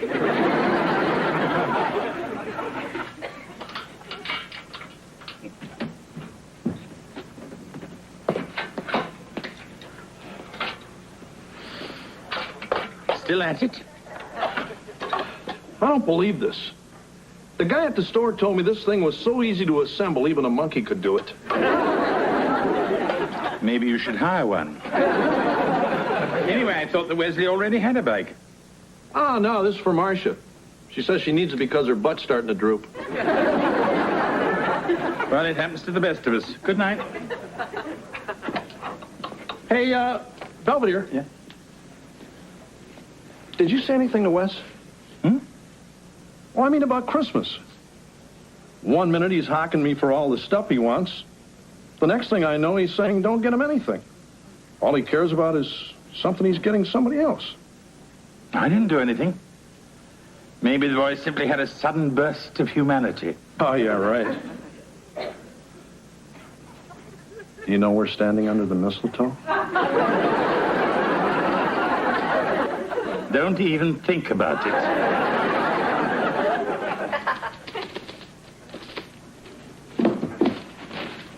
Hey, Mom, Heather's snooping under the tree. Hey, look, I'm looking for my phone. You relax. I'm just kidding. Merry Christmas. What are you giving it to me now for? Well, it's Christmas Eve day, and it's kind of a neat gift. I wanted to see your face when you opened it. Well, why can't you see my face tomorrow? Because I won't be here tomorrow. Huh? I'm going on a ski trip. What? Hi, guys. Bye. Hey, Mom, did you tell Kevin he could go skiing on Christmas? No, I told him it was his decision. But how come he gets to go away and I can't go with Angela and celebrate Christmas in the Bahamas? Heather, only Perry Como celebrates Christmas in the Bahamas. Yeah, well, that's not fair. Oh, honey, you have to understand. Your brother doesn't mean to be a jerk, but he's a man. And sometimes men get these overwhelming urges to be thoughtless and sensitive and selfish. It must be the same genetic deficiency that makes them play golf. Boy, that mall's a madhouse. It took me an hour just to find a place to park. Well, fine. If Christmas is such a hassle for everybody, why don't we just forget the whole thing? Huh? What's the matter? Mom's all bent out of shape because Kevin is spending Christmas in the Poconos. What? You know, at least I'm not trying to spend Christmas in the Bahamas. Hey, look, I'll settle this. You're grounded, both of you. Ha-ha. Oh, great, Heather. I'll just take my phone back. Oh, come on, Kevin, give it back. Stop it, you two. Hey! If this is the way Christmas is going to be around here, maybe we should forget it. Hey, you want to go to the Poconos? Go to the Poconos. You want to go to the Bahamas? Start swimming. Hell, I may as well go to work tomorrow. There's no reason I hang around here. Fine. It's been look a lot like Christmas.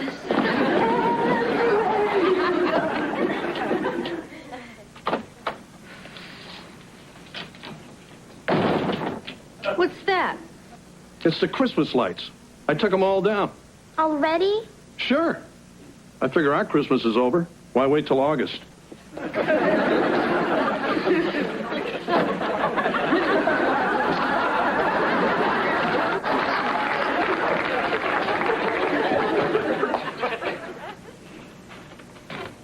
Well, I'm off to the movies. And since I won't be seeing you tomorrow, I want to wish you all a Merry Christmas. Practicing Silent Night, are we? It's okay, big guy. See you later. Hey, where are you going? Oh, I'm leaving, Wesley. Have a nice Christmas. Huh? But you can't go yet. Oh, don't worry, Wesley. Your present is under the tree. It's the ticking one, marked Open Me First. I don't care about my present. I just want to give you yours. It's not here yet. It's important. Oh, don't worry. I'm sure whatever it is, it can wait. No, she won't. She? What are you talking about, Wesley? Pamela Kent, your one true love. What? It's just I wanted to get you something special, so I snuck up to your room to get your watch fixed, and that's when I found out about Pamela and why you don't like Christmas. Oh, Wesley. When you jump to conclusions, you don't fool around. Well, Heather helped. Mr. Belvedere, who's Pamela Kent? Oh, just a friend I knew during the war. You mean you two weren't in love? Well, we were very fond of each other. But then, those were extraordinary times. Anyway, it would never have worked out. Why not? Well, for one thing, she's 20 years older than I. She's what? Don't answer that. I'll get it. Hi. Can I help you? Lynn?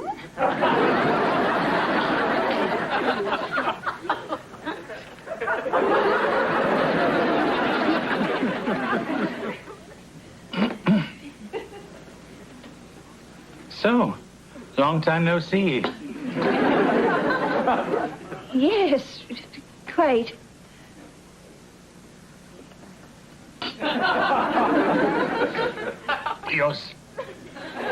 You're certainly looking very well. Oh, thank you. I play bingo 3 times a week at Twickham Hall. Oh, yes, well, that would keep anybody fit. So, the little boy promised you'd introduce me to Larry Hagman. Oh, ta-ta. Then, in 1964, Jeffrey left me for this shop girl on Carnaby Street. Oh, the swine. I went back to Sheffield and tended my garden, and that's where I've been ever since. I see. But I don't mind. I have my grandchildren to keep me warm in the winter. And every spring, I take a holiday in Spain. Of course, it's mostly for the sangria. Yes, I often take holidays in Hershey. But then again, it's mostly for the kisses.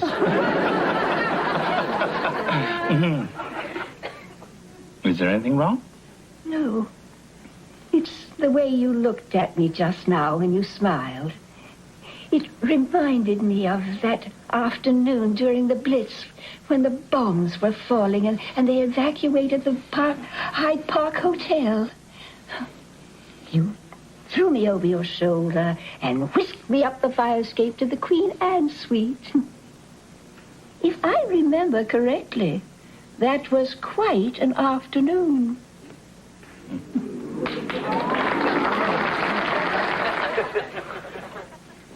Well, do you think I should go in there and make sure everything's okay?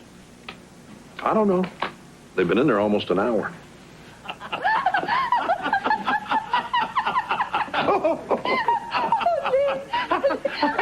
I haven't laughed this hard since you bared your backside to that German dive bomber. You mooned a Messerschmitt? We were low on ammo. So, you guys are getting along okay? Yes, Wesley. It simply took us a little time to get reacquainted. Yes, and it was so kind of you to bring us back together.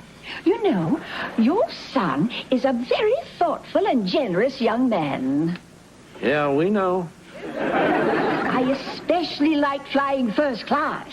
Well, now that you two are back together again, does this mean you don't hate Christmas? Oh, I never hated Christmas, Wesley. But I thought you... No, it's just thinking about Pamela and the friends I'd lost during the war. Christmas has always seemed a little bit sad to me. Except for this one.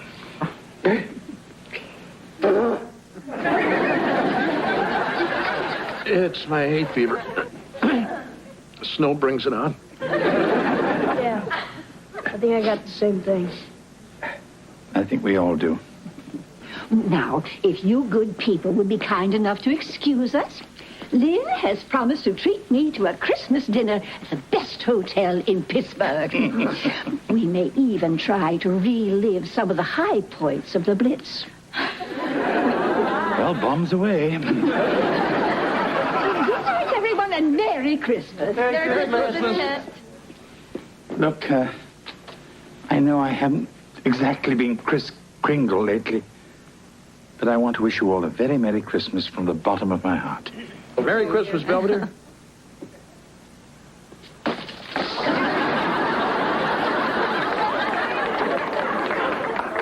Settle down, Pamela. Hey, Kev, if you're heading up to the Poconos, you better get started. It's getting late. Nah. I think I'll just stick around here. Yeah, me too. I don't like swimming in the dock anyway. So, as long as we're all staying, why don't we open up some presents? Yeah. Wow. Big box. Merry Christmas, Marcia. I put it together myself. Honey, it's the best job you've ever done.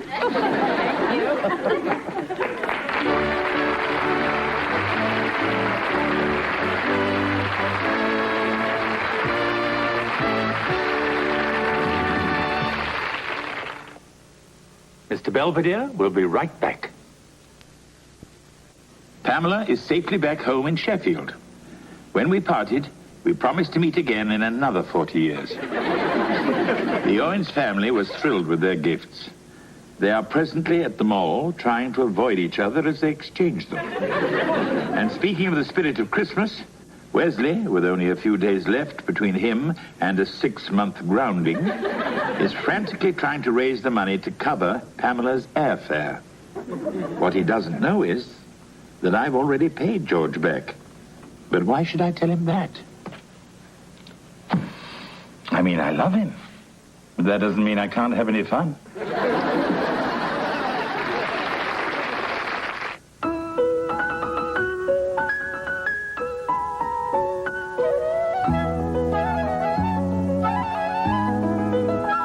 But you were our Petunia pig. Oh, look at that one of Kevin when he broke his arm. Oh, Kevin, come here for a minute. Oh, you look so brave in your little cast. I understand. Okay, could you please have Colonel North call me when he gets back from the cleaners with his uniform? Thanks. Getting some tips on testifying? No, it's for my stupid history assignment. I gotta find some stupid person who's at some stupid historical event and get him to talk to my stupid class. Well, at least you got a good attitude. I figured I'd get someone to talk about that Iran-Contra thing. I'm surprised you didn't call the president. Now, even if I got through, he probably wouldn't remember much.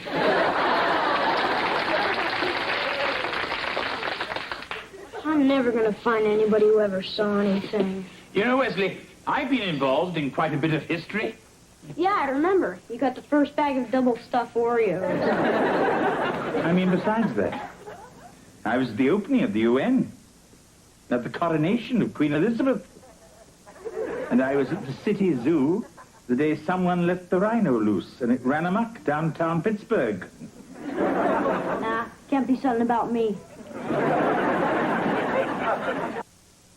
Streaks on the china never mattered before. Who cares when you drop kicked your jacket as you came through the door? No one glared, but sometimes things get turned around and no one spared. According to our new arrival, life is more than mere survival, and we just might live the good life yet.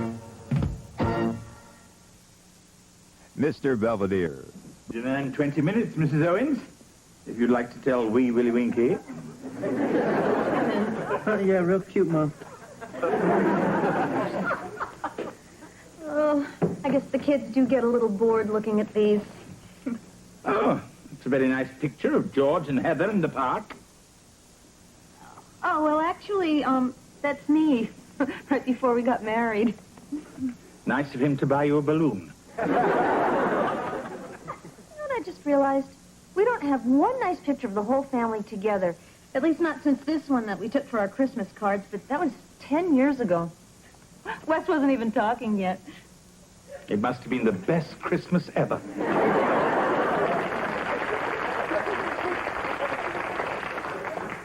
Hey, Mom. Hi, honey. What's the matter? It's my history assignment. I went over to talk to Grandma Huffnagel. I figure she's 87. She must have seen a lot of history. That's true. So what did she say? I don't know. I think it was no more strained peas.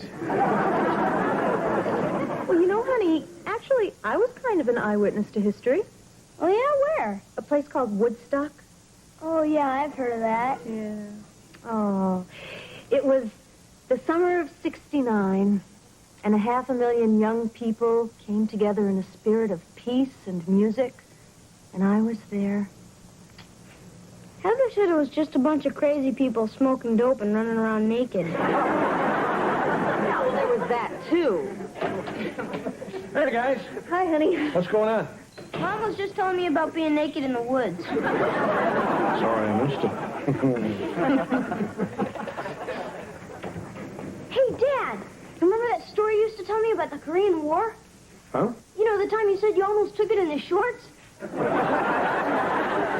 You mean the 3-day pass in Seoul? Forget that. No. It was that battle on Hill 711 or something.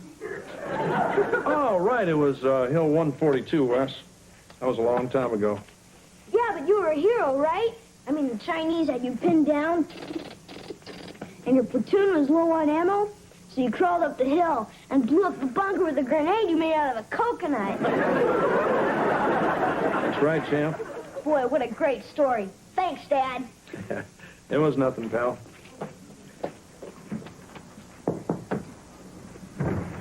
Come on, Mom. Why can't I get it now? Because there's nothing wrong with the one you've got. Mom! Look, you're not going to get another one till you're old enough to pay for it yourself, and that's final. What are we talking about? A new car? A new nose. My next guess. Belvedere, I found this article in this magazine. 50 best celebrity noses. Which one would you pick? Thank God. Yes? I was called about shooting the family. What a delightful idea. Mr. Friendly? Phil's family photos. That's me right there. It's not a very good picture. What's going on? Well, I decided that since we don't have a picture of the family, I'd have one done professionally. Well, that sounds splendid. If you'd like, I could show you some samples and maybe give you a few ideas. I remember when I took a picture of Gandhi and his family. He hadn't eaten for 3 weeks, and I made the mistake of saying cheese.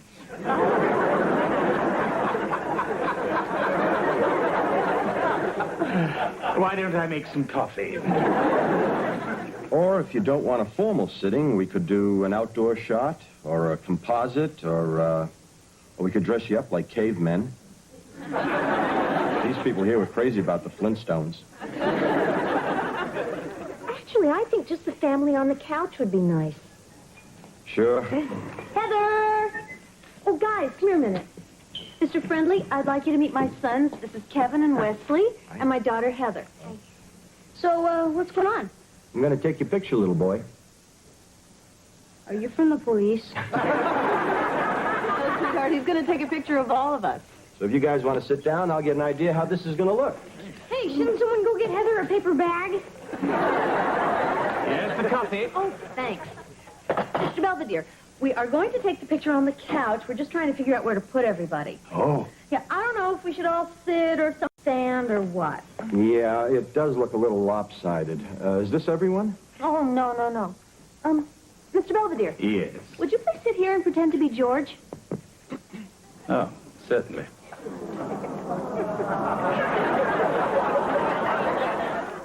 Hey, Mr. Belvedere, can I have a cup of coffee? No, it'll stunt your growth. And I want you moving out as soon as possible. No, I'm not going to drink it. I just want something to dunk my donut in. Dunk it in your oatmeal. Wesley. Yes, Wesley, stop playing with your food.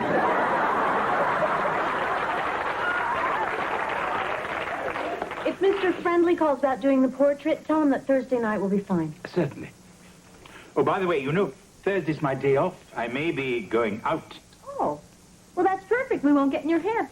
Hey, guys. See you later. Hey, wait a minute, Dad. You're not doing anything Thursday morning, are you? I don't think so, champ. That's great, then. You can come talk to my class. About what? Being a big TV sportscaster? No, it's my history assignment. You're going to tell everybody about the Korean War and how you took Hill 142. Yeah, right. I gotta go. All right, before we get to our math quiz, I'd like to find out who everyone's bringing for his or her eyewitness to history. Lisa. I'm bringing in my Aunt Frida, who was at Disneyland on opening day in 1955. She was the very first person to throw up on the teacups. That sounds very nice, Lisa. Vance. I'm bringing my father, Vance Sr. In 1984, he engineered the leverage buyout of Consolidated Products. He put 5,600 people out of work. Thank you, Vance. Wesley. Yeah, I'm bringing my father, too, because he was in the Korean War, and he's going to tell all about how he blew up a bunker on Hill 142 and saved his whole platoon. Hey, I met your dad. He couldn't have been in Korea. He's not old enough. What do you mean? He's plenty old. He's almost 50. The Korean War lasted from 1950 to 1953, and that would have made him about 12. Well, it's true. Yeah, well, I bet he lied about his age. Sure.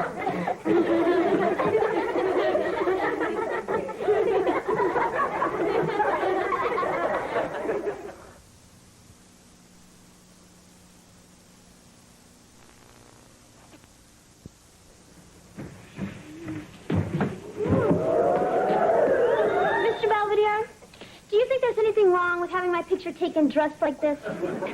Not if you're posing for Gestapo girls. Well, I want to wear this in the family photo, but Mom says I gotta look nice. Well, I'd like to help you. But this picture business doesn't really concern me. Oh, okay.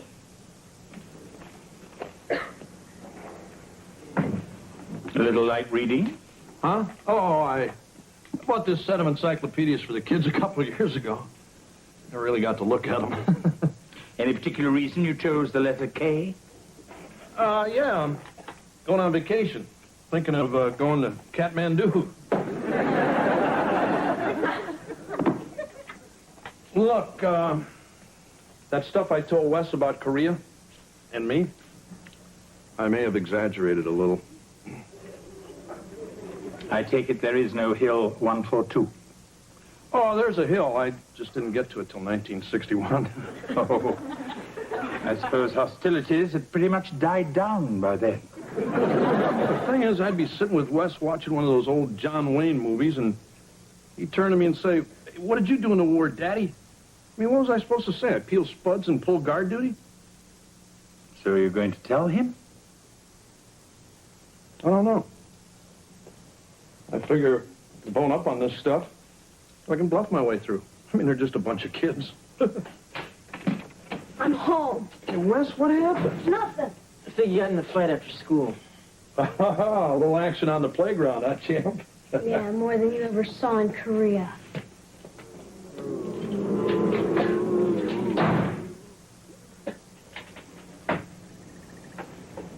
Hey, Wes. I brought you some ice. I'm not thirsty. No, it's for your eye. Look, I never meant to lie to you. It's just nothing I ever did was ever all that exciting. So you just made everything up? Yeah, all that bunker stuff. Gregory Peck did that in Pork Chop Hill. What about the coconut grenade? Was that Pork Chop Hill, too? Swiss Family Robinson. Right. So everything else you've ever told me, is that all a big fat lie, too? That depends. How much do you remember? I used to think you were the greatest dad in the world. Now I'm never going to believe another word you say. Hey, Wes, And you don't have to worry about coming to my class. I'll just find someone else.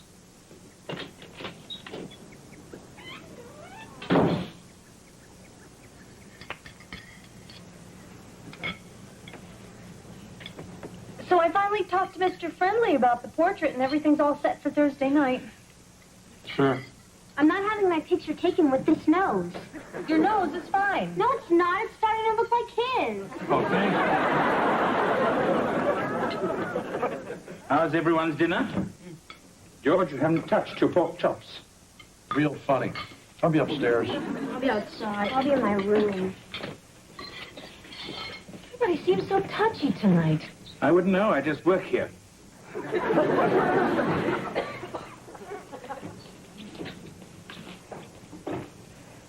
Is there any dessert?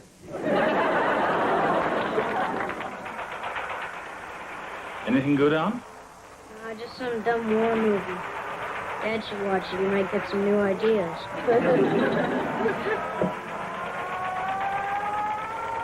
Wesley, you know, your father feels very badly about what happened.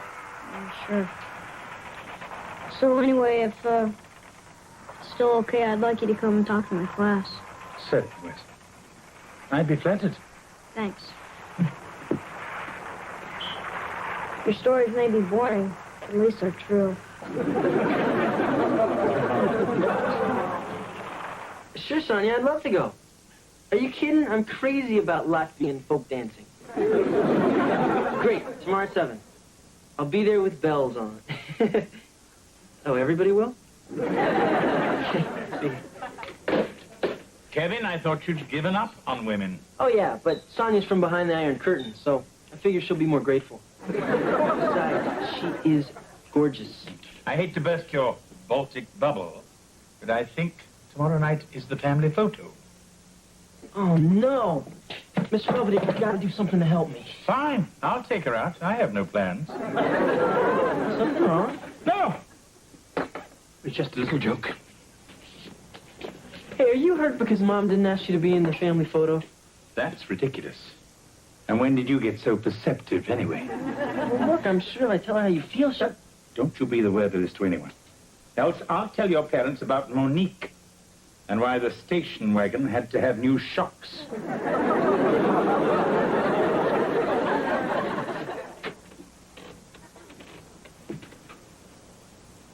So, do I sleep with Mrs. Owens? So I hear you're pinch hitting for me at Wes's class. Yes. He asked me to talk about my time in London during the Blitz.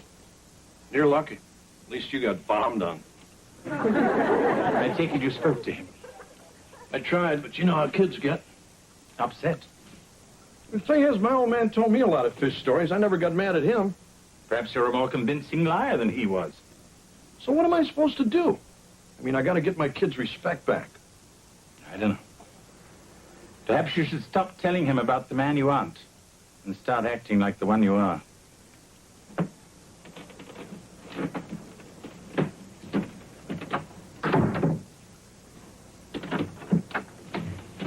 This is my room.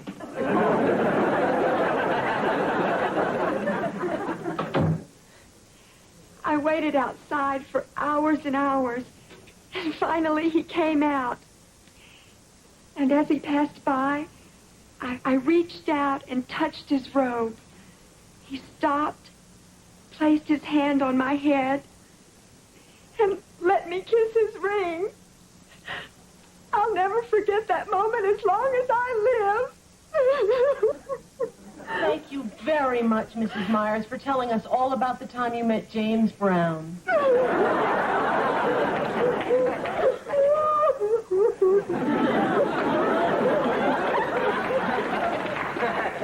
Wesley, I believe your guest is next. My eyewitness to history is my housekeeper, Mr. Belvedere. He was in London when the Germans were dropping bombs on it, and he's going to tell what a scary and exciting time it was.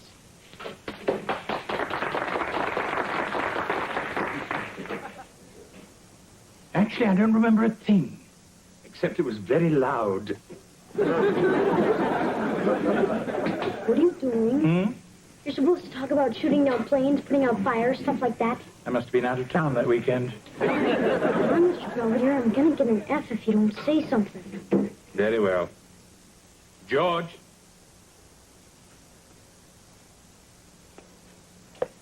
Hi, guys. What are you doing here? I'm going to talk about Korea like you asked me to.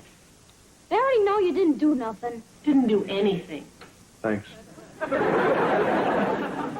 might as well go ahead. Hi, everybody. I'm Wes's dad, and I guess you guys already know I wasn't exactly Rambo. In fact, I sort of missed the whole war altogether. I'm the one who figured it out. That's great. Where'd you say you lived again? Anyway, like I said, by the time I got to Korea, the war was over. And there wasn't much chance of getting shot or bombed or anything. But it was just as cold there, and I was just as far away from home. It was lonely at night out on the perimeter, especially when you don't have a wife yet and a great kid like Wes here to keep you company in your thoughts. So to make a long story short, I didn't take any hills, and I didn't save any platoons. I got my butt kicked in a couple of poker games. Anyway, I just wanted to set the record straight. And I thought I should do it in person. Thanks.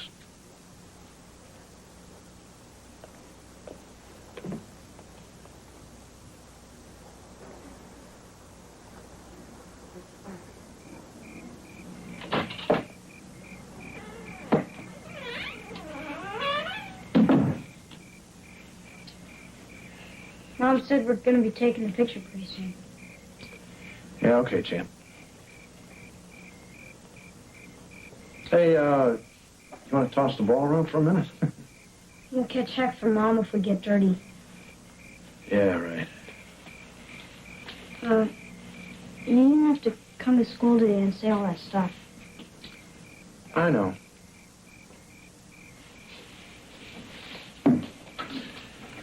I hope I didn't embarrass you.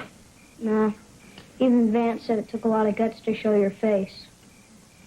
Besides, his father couldn't come because he got indicted. So it got to me when you said you were never going to believe me again. Oh, it's okay. I was lying about that. Oh, yeah? Yeah. And you know, I like the story you told today even better than the one you made up. Especially the part about how great I am. That was good. I wouldn't say it if it wasn't true.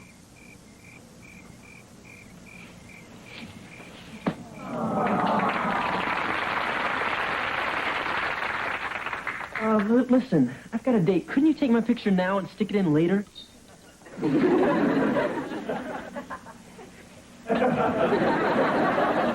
can't see why I can't wear my other outfit. I already told you, no leather and no chains. I don't have to wear the mask. You're ready. Oh, okay, everybody on the couch. Well, if there's nothing else, I'll be toddling off to the cinema. Hey, you can't go. We're taking a picture. Oh, honey, Mr. Belvedere doesn't want to be in our silly picture. Do you? I wouldn't know. I haven't been asked. Well, I would have, but we never know how you're going to react to this kind of thing. What do you mean? Well, if I'd asked you, you probably would have said no, but I didn't, so now you're hurt. Yes. That's what makes me so fascinating. More like a pain in the butt. I mean, sometimes you act like you want to be part of this family, sticking your nose in everyone's business.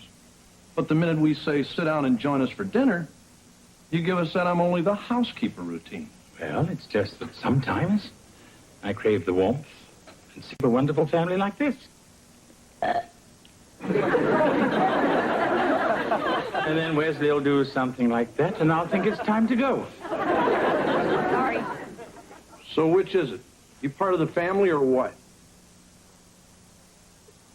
Lucky for you, I have my best suit on. All right, everybody, smiles.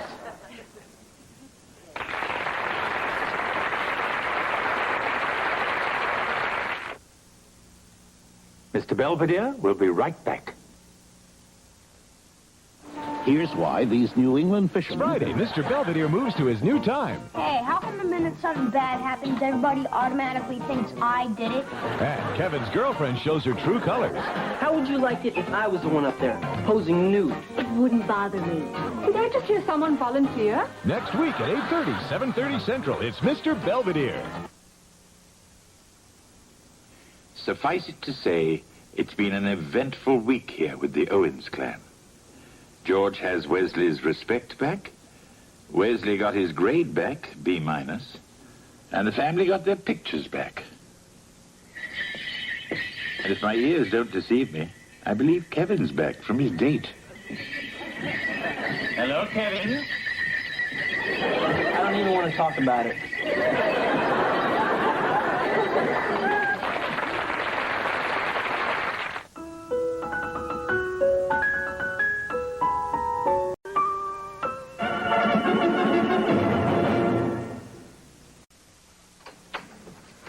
Hey, Mr. Belvedere. Hello, Wesley. Running a little late, Andre? Detention again? You know, that's what's wrong with you, Mr. Belvedere. You always think the worst of me. I mean, maybe I'm late because I went to the library or played ball with my friends or stayed after school to do some extra credit. Well, did you? No, I had detention. What did you do this time? All I did was lock this new substitute in the book closet.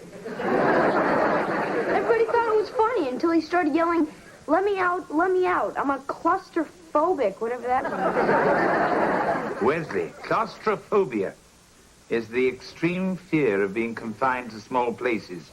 It's no joking matter. Gee, I didn't know. Next time I'll lock him in the gym. That's the lad. Hey, Mr. Belvedere. Hey, Wes. Uh-huh. Hello, ladies. How did things go at the retirement home? lousy. Our club's been going there every week for a year now, but I think we're the ones getting old. Yeah, I was telling this lady about my coat hanger collection, and she just fell asleep. Really? Do you think I'm boring, Mr. Bricklayer? I think you're out of your mind. You got any great ideas, Mr. Belvedere? Yeah, you're pretty old. What gets you excited? Well, not much anymore. Except perhaps the thought of you moving to Brazil. Come on, Mr. Belvedere, we're being serious. Well, it does occur to me that many elderly people enjoy the warmth and companionship of a small pet. I even believe there is a program here in Pittsburgh that provides these animals. Oh, yeah? Mm-hmm. Hey, I thought that stuff was just for guys in jail. They have them for them, too, Wesley, so don't worry. You'll get your turn. Mr. Belvedere, that's a great idea. Don't you think so, Ange? Yeah. Hey, man, girl's got a couple of pit bulls he wants to get rid of. Do you think the old people will like them? While you're at it, why not put a great white shark in the jacuzzi?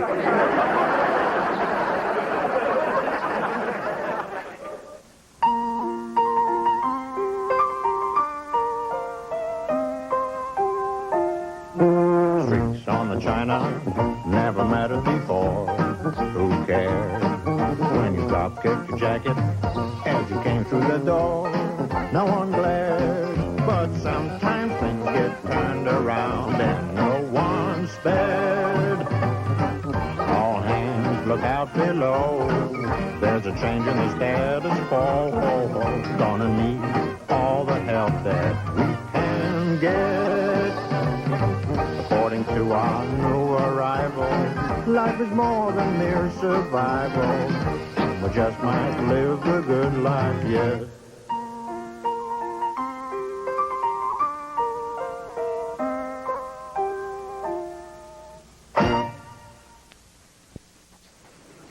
Hello, Kevin. Hey, Mr. Belvedere. Getting a little bit narcissistic, aren't we? No, I feel okay. So, what do you think, huh? Well, I think with a little ointment, it'll clear up in no time. It's a mustache. Oh. It's just, now that I'm in college, I want to look a little older. You know, more sophisticated. I see. Well, I've all been working on it a few days. In that case, I think it's coming along very nicely. Especially the hair on the right. Hi, Mr. Belvedere. Hello, Mrs. Owens. George isn't around, is he? The last time I saw him, he was going down the hall with a bag of Cheetos and his rubber ducky. Oh, good. Because I don't want him to see this. It's a gold watch. Oh, what's the occasion? Are we retiring Mr. Owens from the family? No, it's for our anniversary. We're celebrating our 20th next week, and I wanted to get George something really special. Oh, it's very lovely. Yeah, I know. I can't wait to see his face when I give it to him. Neither can I. Especially when he forgets to get you anything. George wouldn't forget our 20th anniversary. Would he? Sorry about these big guys. They kind of fell in the tub. That's all right, George. If I get hungry, I'll just dip them in some Prel. Well, see you guys later. I got to get down to the station. Oh, George, don't forget you got a big day next week. One step ahead of you, big guy. I already got it marked on my calendar. You do? Pirates start spring training next Tuesday, and this year they're going to kick some butt. Perhaps they'll start with his.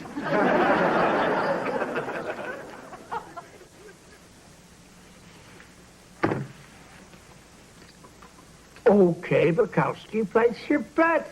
All right. Oh, my. Looks like the high rollers have come to town. No reason to go crazy, Ernie. Okay, dealer shows a 10, and you got a 13. I'll stay. What do you mean you'll stay? The dealer shows a 10, you take a card. But I'm happy with these, Ernie. All right. 15. Dealer has to draw. 8. And the dealer's bust. Oh, would you like to up the stakes? We could play for clothes. Hey, everybody, look what we brought. Hi, want to pet a puppy? Oh, look. Oh, he's so wrinkled. Yeah, I kind of figured you'd like him. Hi, Dolores. Hi, Mr. Sparks. Hello, dear. I already told you I don't want no stupid pet. Mr. Sparks, it'll be fun. If I wanted something to stink up my room, I'd take Bukowski here. Come on, Mr. Sparks. Me and Angela picked out something real special just for you. Surprise! Oh, great. I tell them I don't like dogs, they bring me Cujo. No, his name's Pierre, and he's a St. Bernard. Yeah, it comes with a keg and everything. Oh, yeah? Well, now, maybe there's something in here an old man might enjoy, huh? Yeah, it's prune juice. You should have made it pickle juice to match his disposition. Come on, Mr. Sparks, let's take Pierre for a walk. We'll even let you hold the leash. Sure. Poochie here sees a Siamese. Next thing you know, I'll be doing 90 on the Pennsylvania Turnpike. Oh, don't listen to him, girls. The more he complains, the happier he is. Well, then I must be having the time of my life. Sticking around with you three lunkheads. Gee, thanks.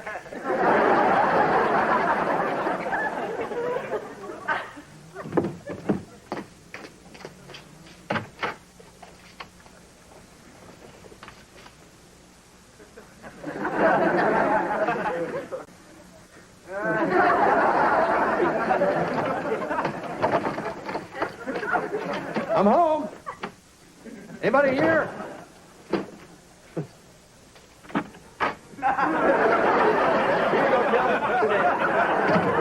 honey. I thought I heard you in here. Hi, Marsh. Oh, honey, there's nothing in there I shouldn't see, is there? Not unless you can't stand the sight of a weed whacker. I'll be upstairs. Hey, Belvedere. What's with her? She's been acting like that all week. I didn't forget her birthday, did I? No. But you're about to forget your 20th wedding anniversary. Oh, that's a special one, isn't it? It is to most people, but then they're not married to you. Let's say it rates more than that box of butterbrickle that you gave her last year. Oh, yeah. Well, you ate most of that anyway. Oh, I better think of something. Mm-hmm. Some flowers might be nice.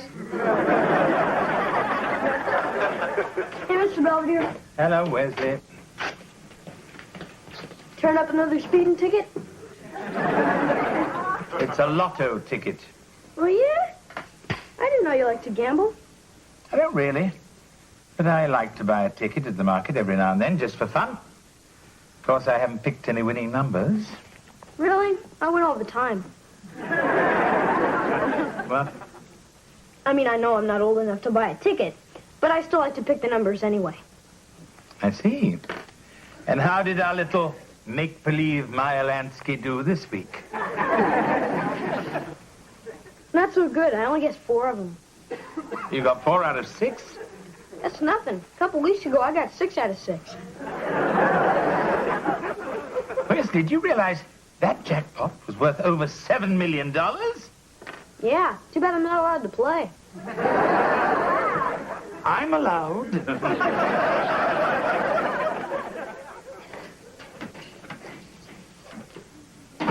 Wesley, how wonderful to see you.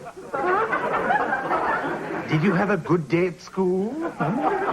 Here, let me take your books. I want you to sit down and relax. Mr. Belvedere's prepared you a little snack. What's going on? Did you kill another one of my turtles?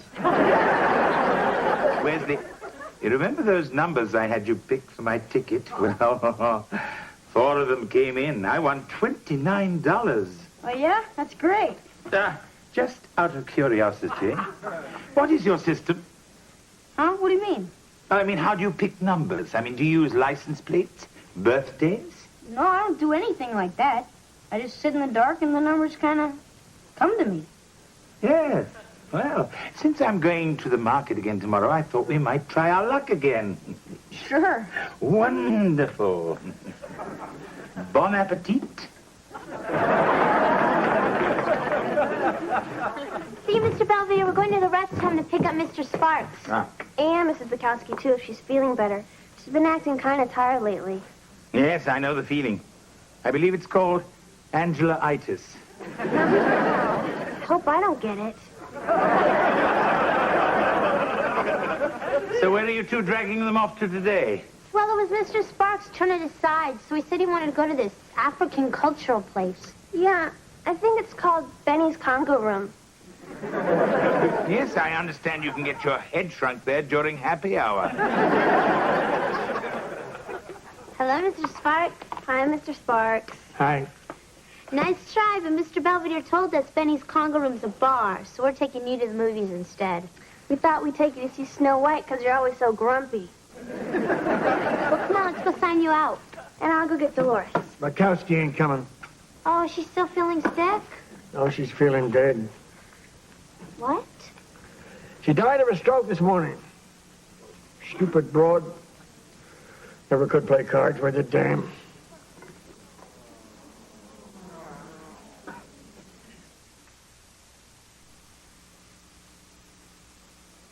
Soul, but we're having... I'm in the money.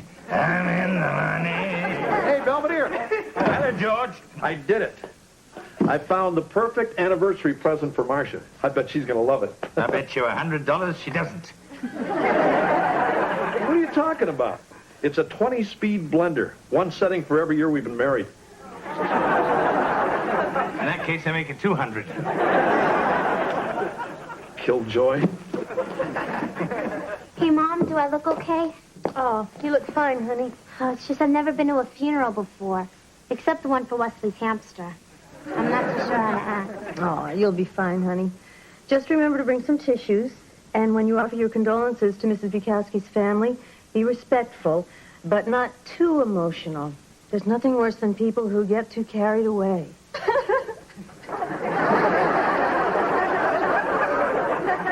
I'm ready.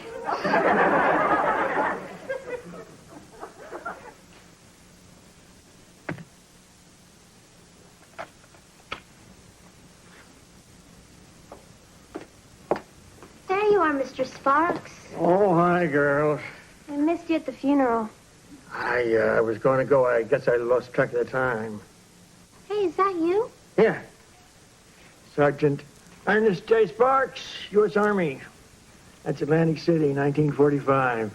Who are those two girls you're with? Your wives? That's Peggy, and that's Ginger. Real nice girls. Pull taffy for a living. Boy, they sure seem to like you. They were just grateful because I won the war. Yeah. We played a little skee ball, drank a little booze, danced. Finally fell asleep under the boardwalk, waiting for the sun to come up. Best time of my life. So you want to get something to eat or something? No, thanks. Oh, we could take you to that mud wrestling place you're always talking about. You girls go ahead. Look, Mr. Sparks, we know you're depressed. I'm not about depressed. I'm all right. Well, something must be wrong. I mean, we've been here for almost 5 minutes, and you haven't said one nasty thing to us yet. Just get the hell out of here. That's better. I mean, if Bukowski wants to kick off, that's her stupid business. But I'm sticking around here, so why don't you two bubbleheads hit the road before you bore me to death? Come on, Ange.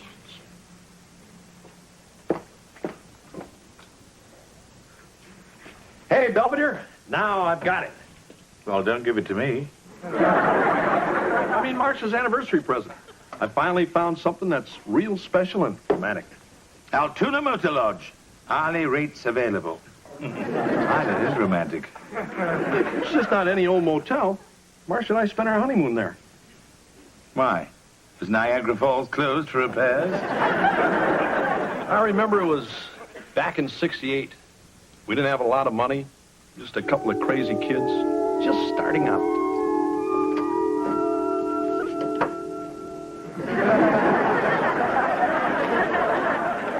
Hey, come on, Marcia. This place is pretty groovy. Aren't you like forgetting something? Oh, yeah.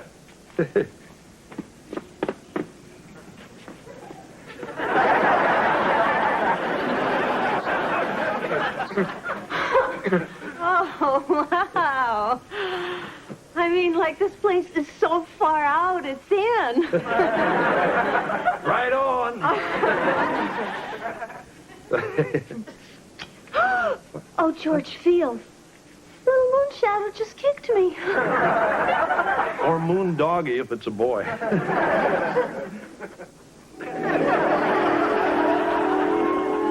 Moon doggy? Yeah, but then he got born and he looked more like a Kevin's. So, what do you think, big guy? Is this romantic or what? Yes. I especially like the panoramic view of strip mining.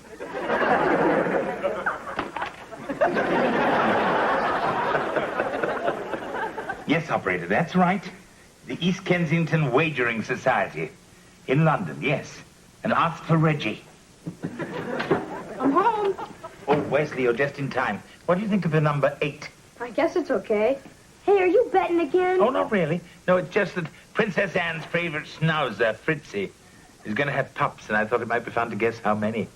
Huh? Hello, Reggie. Lynn here. Listen, about the royal litter. Put me down for £5,000. Hello? Hello?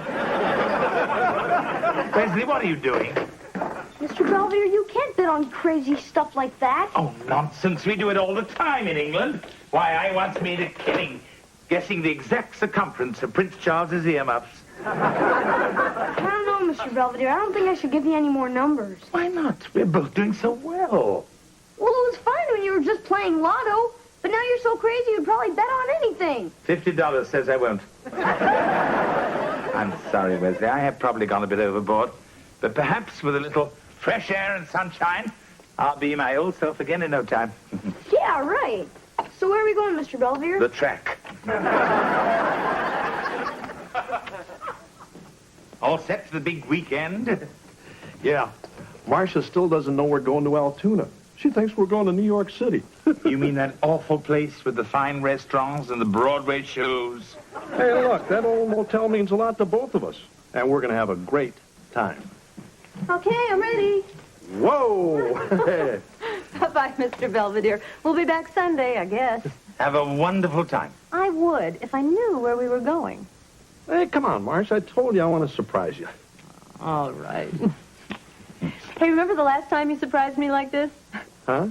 It was our honeymoon. He took me to this rat hole in Altoona. Oh, it was the worst.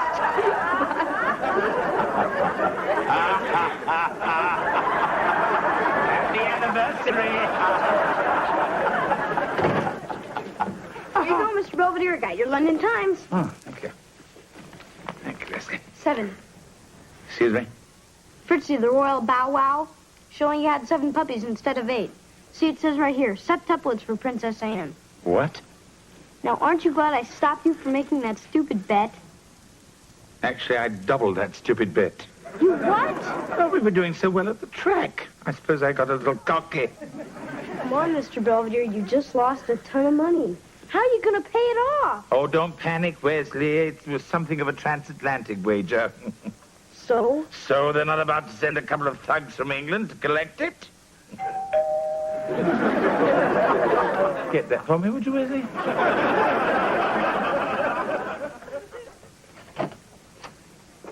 Hello, mate.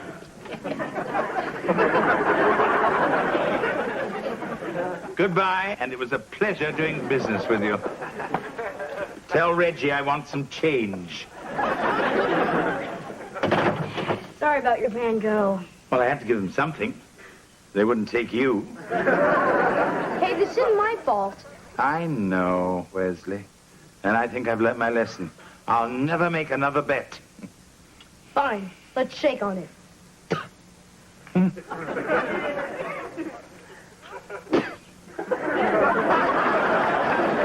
tell him all the cards, okay? He won't even come to the phone. You know, I never thought I'd say this, but I really miss him. Miss who? It's Mr. Sparks. Ever since Mrs. Bukowski died, all he does is sit in his room and look at old photographs, like his life is over, too. Well, I'm sure if you give him enough time, he'll come around. It's already been a week. The thing is, if we could just get him out of that place, you know, take him to the movies or the park or something, I'm sure he'd feel a whole lot better. That may be true. But if a man wants to be left alone, there's nothing much you can really do about it. Short of kidnapping him.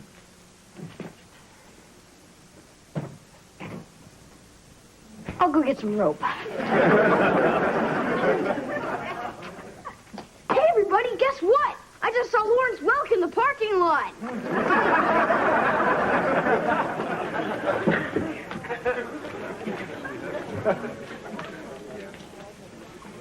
It's all clear. Hey, good work. I already told you two dumbos I just want to stay in my room. See, you sound better already. Sorry, Mr. Sparks, but you're going to the movies. I don't want to go to the movies. I don't want to go anywhere. Yeah, well, you're going to go somewhere whether you like it or not. Oh, yeah? Yeah. Fine. Take me to Atlantic City. All right. Hey, wait, we can't go to Atlantic City. That is way too far. And besides, we don't have any money. I got $15,000 in my sock drawer. I'll get it. Well, what are we waiting for? Let's go.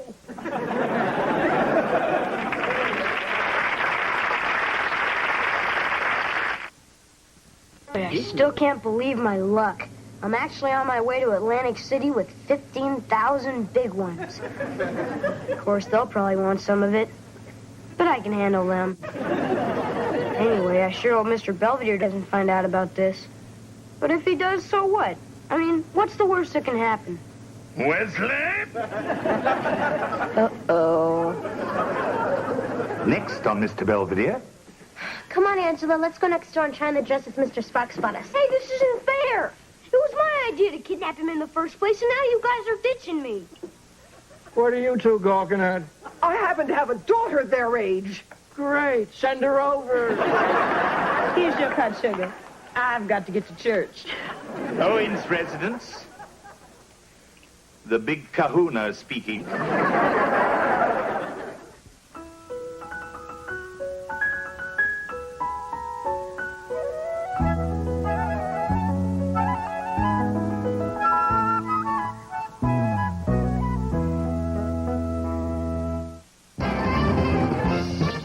Tomorrow at 8, what is a California girl?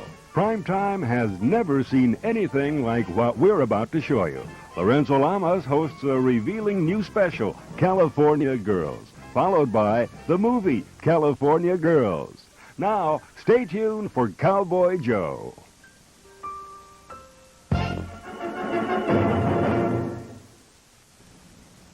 Previously on Mr. Belvedere. Hi, Dolores. Hi, Mr. Sparks. Hello, dear. I already... Cowboy Joe.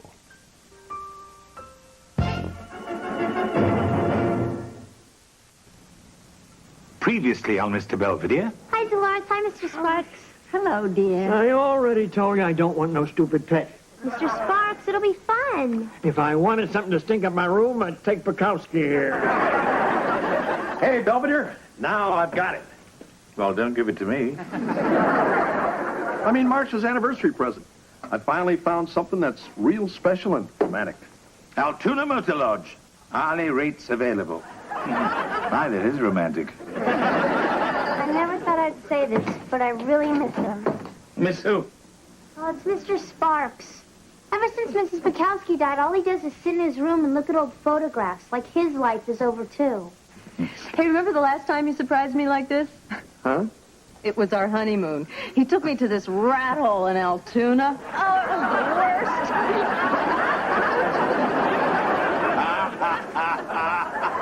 I don't want to go to the movies. I don't want to go anywhere. Yeah, well, you're going to go somewhere whether you like it or not. Oh, yeah? Yeah. Fine. Take me to Atlantic City.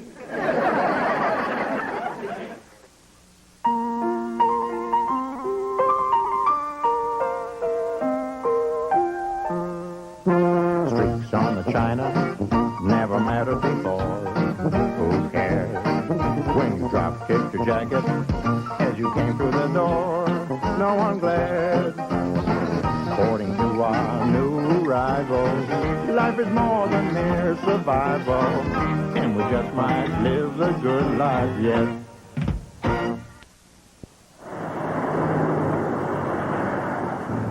Hey, who ate the last scooter pie? I did, so go to sleep. Boy, you're as bad as Mr. Belvedere. Oh, yeah? Yeah, and he's gonna kill me when he finds out we're doing this. Mr. Sparks, maybe this isn't such a great idea. What do you mean? Well, it's just Mr. Belvedere's gonna report us missing, and the nurse at the home's gonna say you're missing, and everybody's gonna think we all kidnapped each other. And the police will put up roadblocks, and we're all gonna die in a hell of hot lead, just like Bonnie and Clyde. Well, we feel better. Look on the bright side. At least we don't have to worry about Mom and Dad. They're off having a great time on their second honeymoon. George, can I take the blindfold off now? I've been wearing it since Johnstown. Just a couple of more steps. Surprise! Oh, George, you shouldn't have. Yeah, don't you recognize it? It's the Altoona Motor Lodge. We spent our honeymoon here. Oh, George. This is so cute. So, where are you really taking me? What? Well, we're not staying here, are we? Yeah. Didn't you notice the complimentary coffee? I think they got bouillon, too. You mean this is the big surprise I've been waiting for? Anguishing over? Fantasizing about? I mean, I was so excited about this trip, I got up at 5 o'clock this morning and did my nails. If I'd known we were coming here, I just would have put dirt under them. Oh, great. Hey, that's the thanks I get for trying to do something romantic.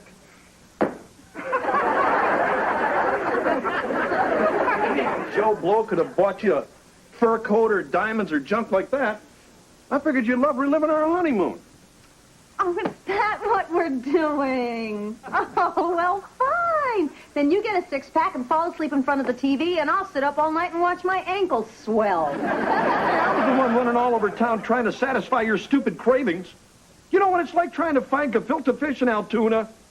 Well, if we'd stayed in a decent hotel with room service, I could have ordered my gefilte fish off the menu. Yeah, well, we couldn't afford it then. We can afford it now. Fine, let's go someplace else. Fine, where? I don't know. I hear the YMCA in Harrisburg is pretty nice.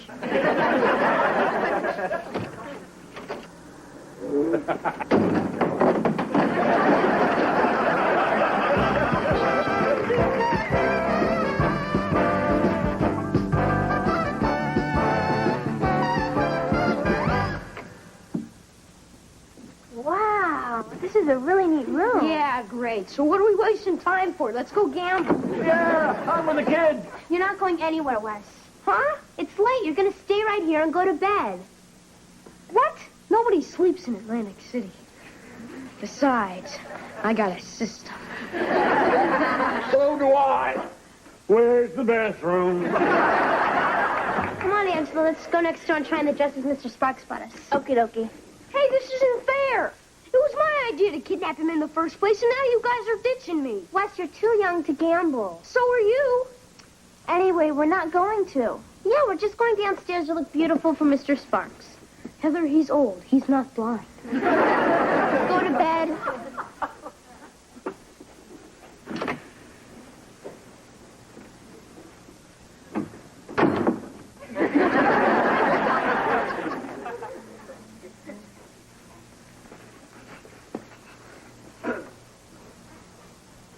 What a stupid place for a mirror.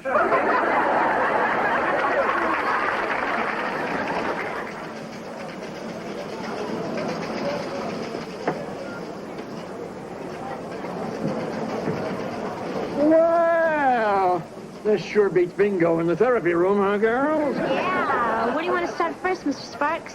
I don't know. Let me size up the action first. Huh?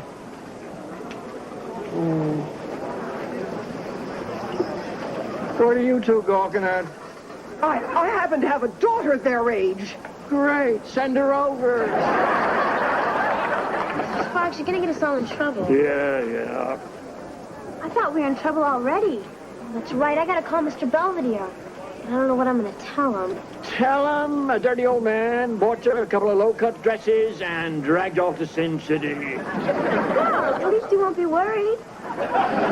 Something. Come on, Blondie. Let's go roll some 7-Elevens.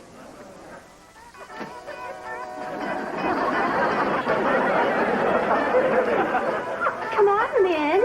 You promised me we'd go snorkeling. No, Candy, I'm still catching some rays. Pooh. I'll get it. No, I'd better. It might be one of those annoying people who lives here.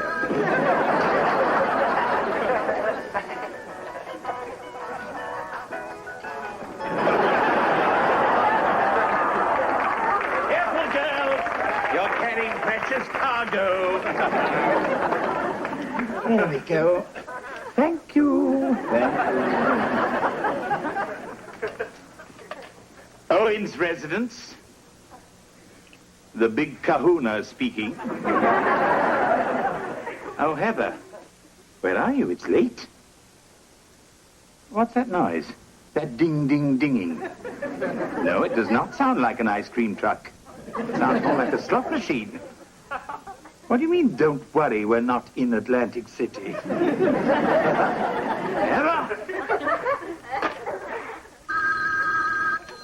All right, Heather. Oh, hello, Mrs. Owens. What? Altoona didn't work out, so you're going where? To Atlantic City? Oh, my, what a lovely idea. Goodbye. Problem, Poopsie? That's the last time I go out with a Turkish exchange. Kevin, thank God you're home. You never told me you were having a party. Oh, forget about that. We're going to Atlantic City. Huh? Why? Well, it's rather a long story, but I'll explain it in the car. What car? The stupid thing died on me on the way to the drive-in, along with my date. How are we supposed to get there? Well, we could always just stay here. There must be someone I know who's on his way to Atlantic City. On a clear day, rise and look around you, and you'll see who you are.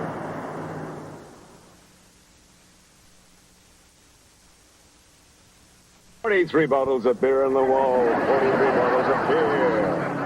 Take one down and pass it around. 42 bottles of beer." You know, Bob, we really appreciate you giving us this lift. Forget it. One thing I don't quite understand. How did you know I was going off to Atlantic City? I get your newsletter. Right. So Atlantic City is one hell of a town. You ever been there, Kermit? It's Kevin. Oh, the girls, the glitter, the excitement of the games. I mean, you're still a gambling man, right, Len? Oh, yes. You know what they say. Action is my middle name. I swear to you, Wesley, I'll never bet again. I swear to you, Wesley, I'll never bet again. Never bet again. Stop. Again. Stop it. Again. Leave me alone!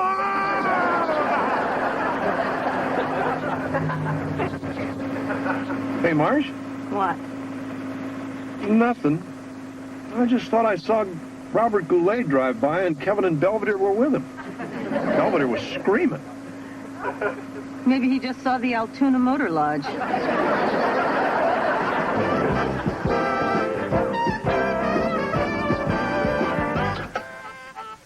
Oh, front desk? Yeah, I'd like to complain about the movie you're showing on your adult channel. Nazi nurses behind bars. Yeah, well, there's supposed to be nudity, violence, and strong language. But all they've done for the past 20 minutes is yodel. I'm 11 and a half. Why?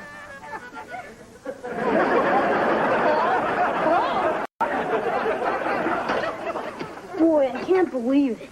Wesley T. Owens in the middle of Casino Row, and all I've done so far is eat. That's it, I'm going.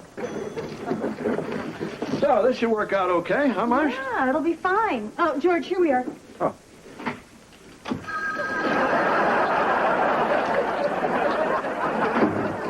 Okay, now the first thing we're going to do is get some sleep. You gotta be kidding. I'm going to go gamble. We'll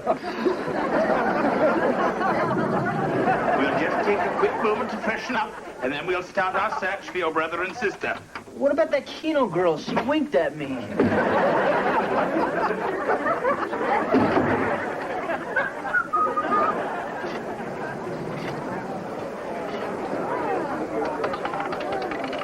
$17, black.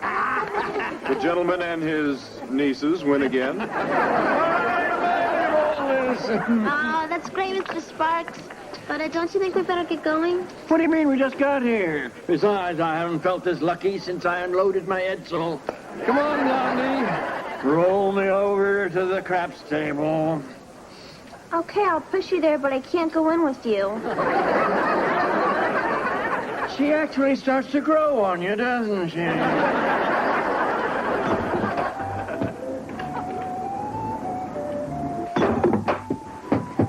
Here you go, kid. Thanks. You know, you can keep playing if you want to, but I'm going to have to start giving you the milk bottles. That's okay, I'm done. In that case, looks like I am too. Come on, I'll give you a hand with all that stuff.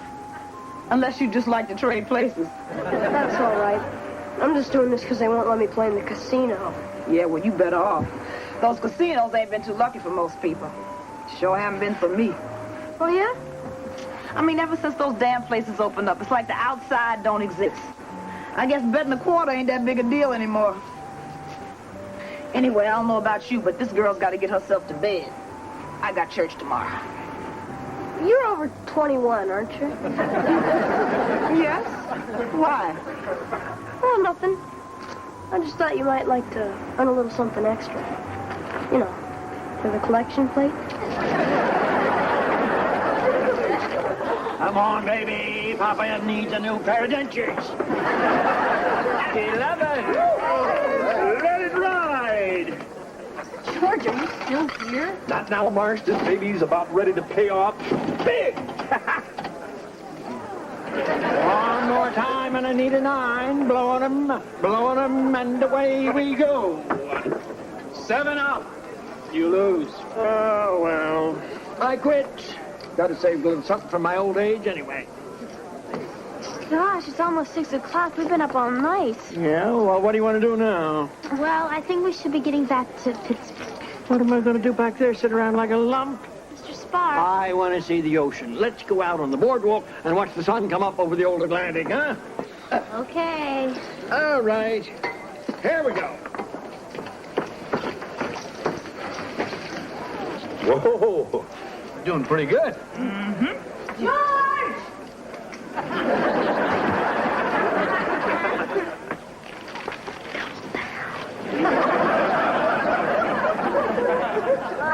Chilly out. Yeah, but I love this place. My old man used to crank up the Model T, bring me and my 4 sisters here every summer, even during the Depression. I think he liked the beach even more than us kids. You never told us you had 4 sisters. I had 3 dogs, too. What's the difference? Right over there. That's where the steel pier used to be. I saw Tommy Dorsey's band play there with Frank Sinatra once. You two must have heard of him, huh? Oh, yeah. Doesn't he have a famous son? Just keep pushing, sweetheart. Those were the days, all right. Diving horses, boxing kangaroos. Once I saw this beauty pageant. All the women dressed up like lobsters. God, it was a crazy, wonderful place. But you had fun this time, too, didn't you, Mr. Sparks? I mean, you won a lot of money. Right here. Right here I was with 2 gorgeous gals on maybe the best day of my life. You mean Ginger and Peggy from that picture you showed us? No, I don't mean them. I'm not talking about them. I'm talking about you 2 dumbos. Oh. Cut it out now. You're going to get me arrested. Hey, mister. How about taking a picture? Yeah, would you please?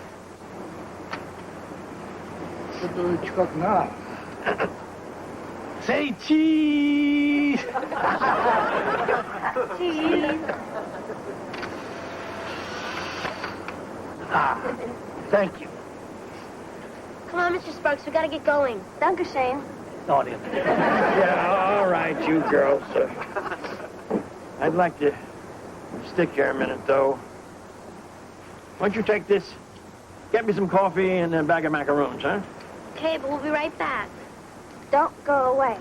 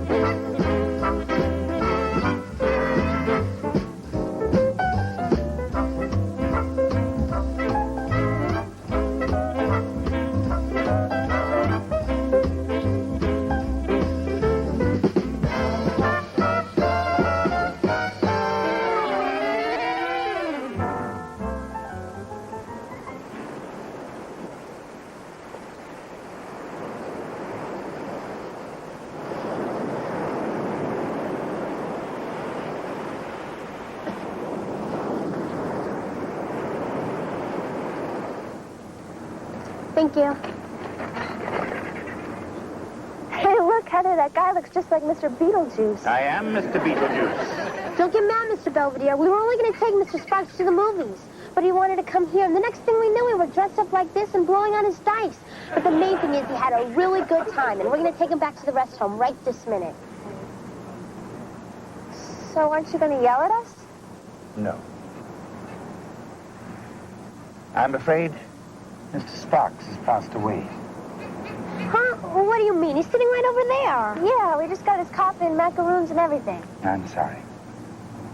This is all our fault. We should never have brought him here. Oh, I don't know.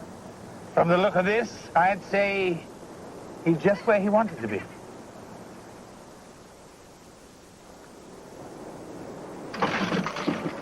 Marsh, you ready to go to the room?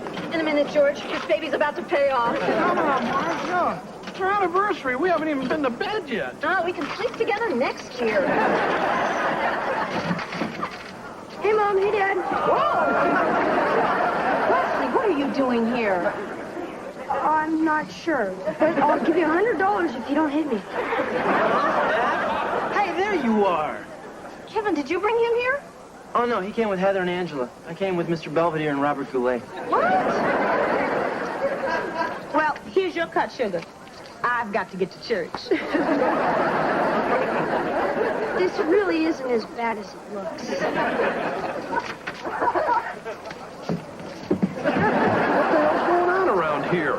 Hey, George. Hi, Corbin. Hi, Marcia. Hi. Lynn was telling me in the car coming down here, this little anniversary thing of yours kind of got off to a bumpy start.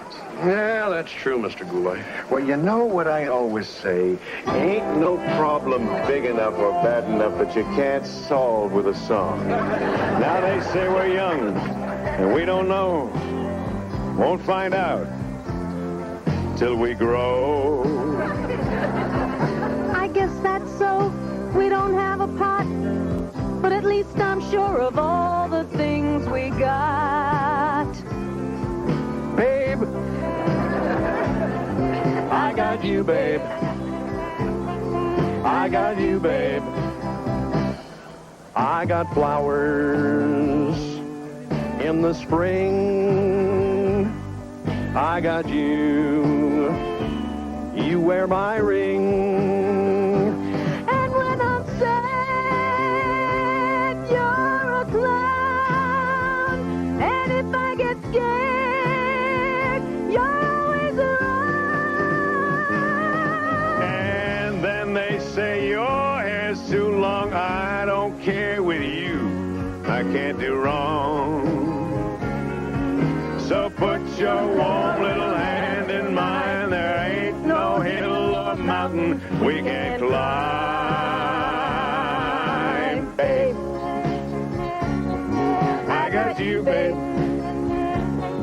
I got got you, babe. I got you,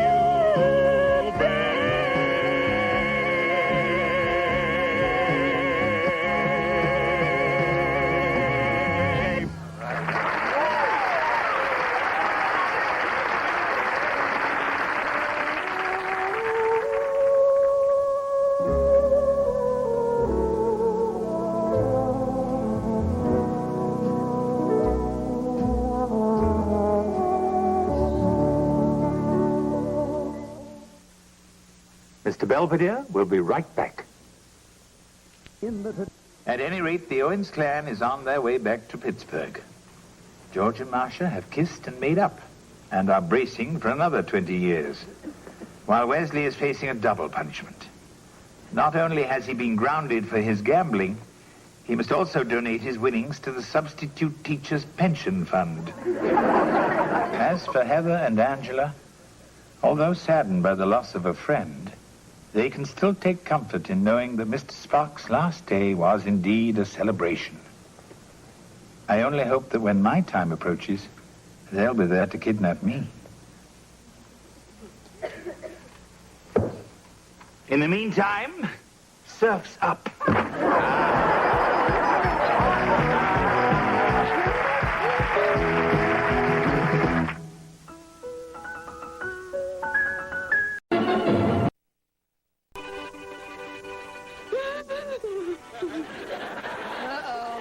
Guess you found out what I did to the school nurse. What, honey? Oh, nothing. You were just crying at the movie. Here you go, Marsh. It's Dr. Zhivago. Your ma goes a little sappy every time she sees it. Oh, kind of like Mr. Belvedere when he watches Willy Wonka and the Chocolate Factory. It was the first movie Daddy ever took me to. He wanted to be romantic on our first date. Yeah, and anyway, the line was too long for the Dirty Dozen.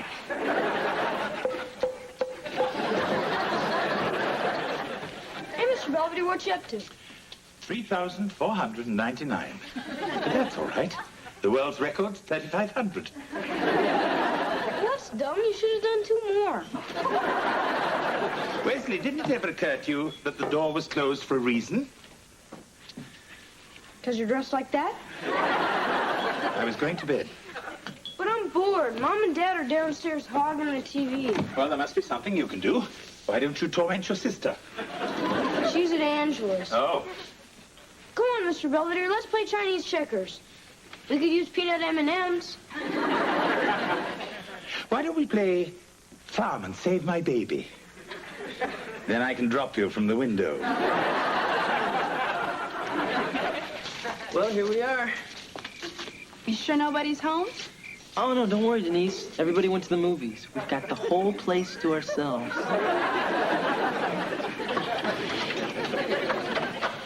Why don't you have a seat on the sofa and I'll get the fire going. I think these people are going to have to move first. Hi, honey. We weren't expecting you home so early. No kidding. Bye. It was nice meeting you.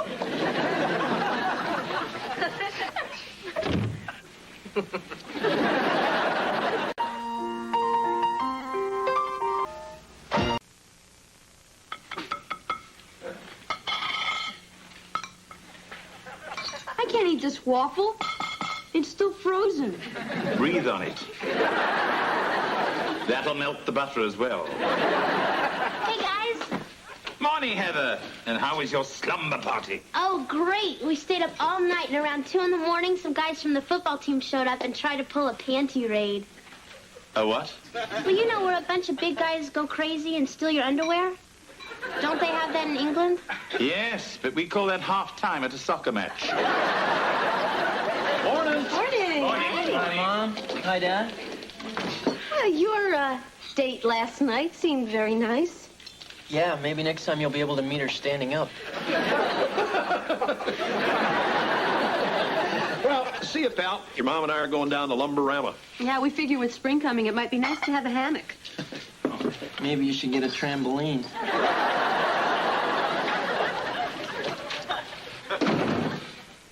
Did I miss something? just can't stand it around this place anymore. I mean, there's no privacy. Can't even bring a girl home without someone embarrassing her. Well, if you mean the night my Mambo Club came over... No, it's not just that. It's everything. I feel like I'm suffocating. Well, if you decide to move into the woods, take him with you.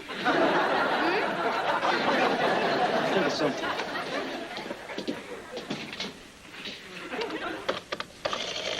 Honey, are you sure this is right? I mean, we didn't skip over any bills or anything? No, that's everything. I even remembered to pay Belvedere. Of course, that's not much. I guess with both of us working now, we have more money than we know what to do with. Yeah, I never thought we'd have that problem. Perhaps I could help you solve it.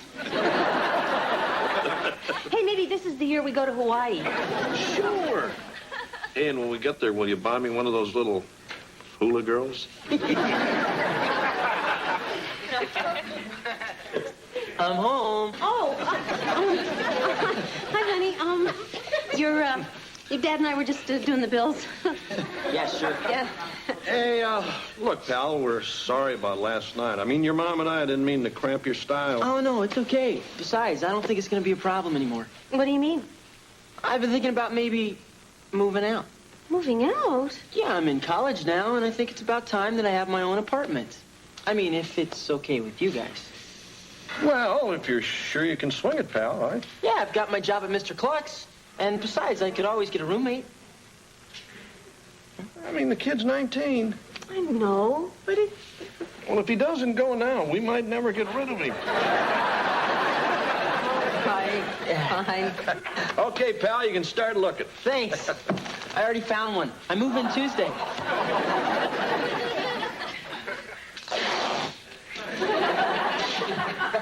Hey, Mr. Belvedere. Wesley, where have you been? We're supposed to be helping your brother move. I am. Kevin said he needed some stuff to decorate his new apartment, so I got him this. I hope you got that from a dentist. Put it back. Oh, here, let me help you with that. Oh, no, it's okay, really.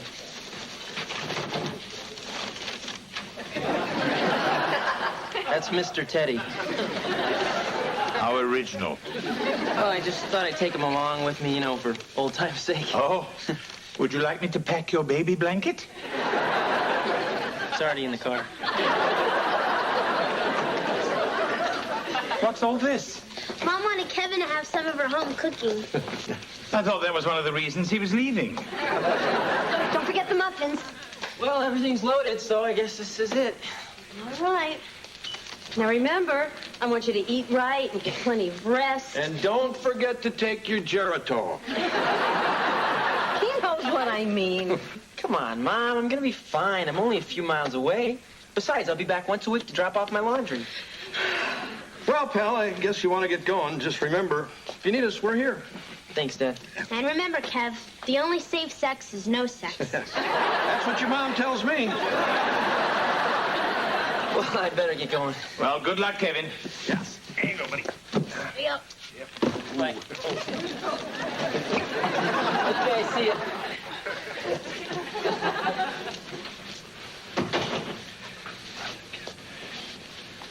So, how about one of those famous muffins? No, gee, it seems like only yesterday that we were bringing him home from the hospital and those little booties. Oh, come on, Marsh. Little chubby cheeks. So now that he's gone, can I have his room? What? Well, I'm kind of bored with mine. Hey, hold on, kitten. I mean, your brother's barely out the door. I'm sorry. Of course, now that you mention it, it could make a great TV room for your old pop. Or a nice office for me.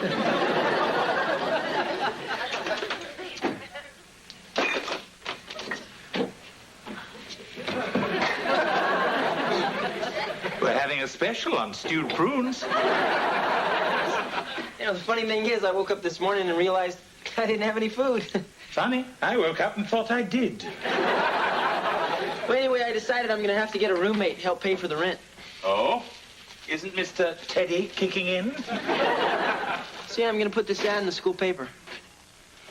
Handsome sophomore seeks blonde non-smoker to share rent and good times. What do you think? I think if someone named Lars turns up, you're in big trouble. Well, I better get going before Mom sees me and starts crying again. Mm-hmm.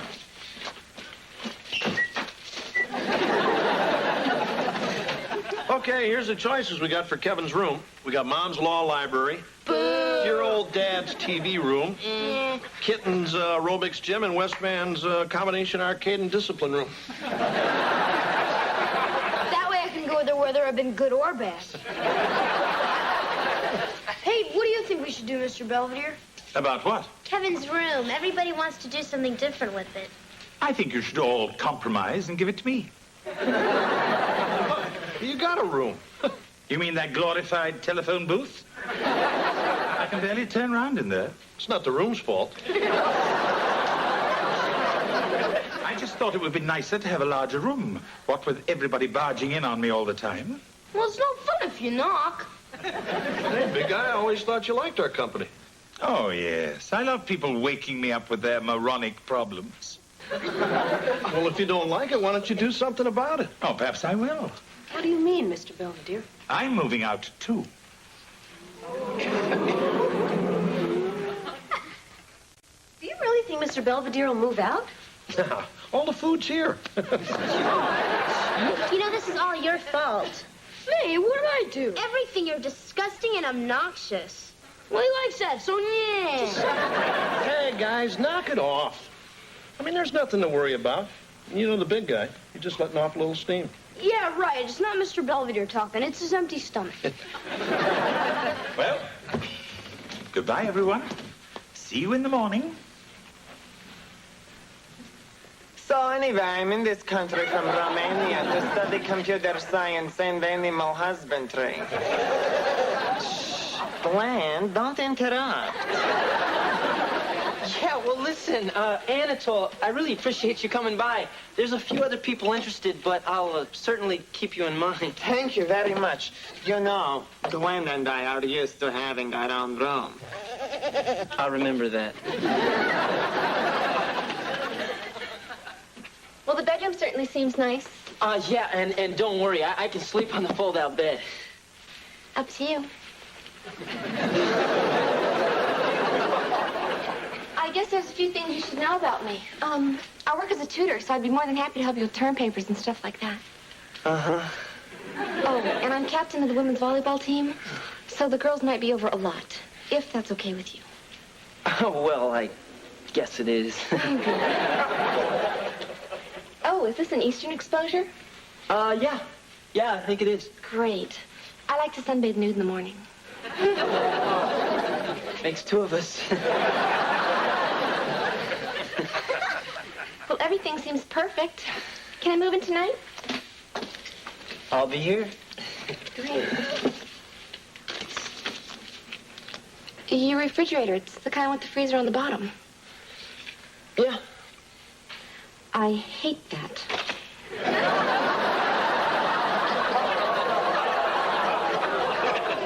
I'm never gonna find anybody. Hi there, roomie.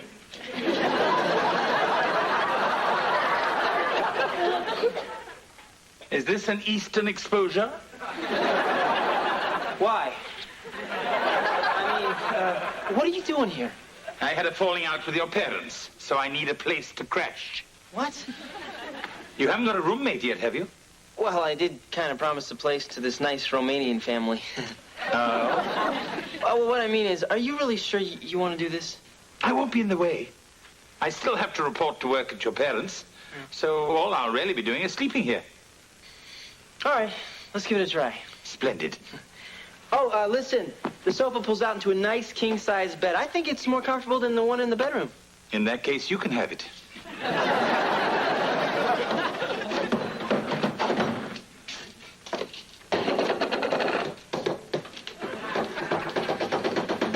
Honey, what are you doing? I'm looking for Belvedere's ding-dongs. Oh. Well, sometimes he hides them in the coffee. They're harder to see that way. If you're looking for my ding-dongs, they're under the sink. I mean the sink in my apartment. If there's nothing else, I think I'll be clocking out. Oh, are you leaving already? I want to get back to my pad before wrestling starts. Wrestling's not on TV tonight. I know. I have a date. Mr. Belvedere, you've been gone almost a week already. Don't you think we could sit down and talk about this? Yeah, you're probably ready to come crawling back by now. Actually, these arrangements suit me perfectly. Oh, yeah? Mm-hmm. My duties are clearly defined. My evenings are off. And you two have more time to enjoy your children. Hide me, hide me. Listen, you little monster, there wasn't any talent show. Have fun.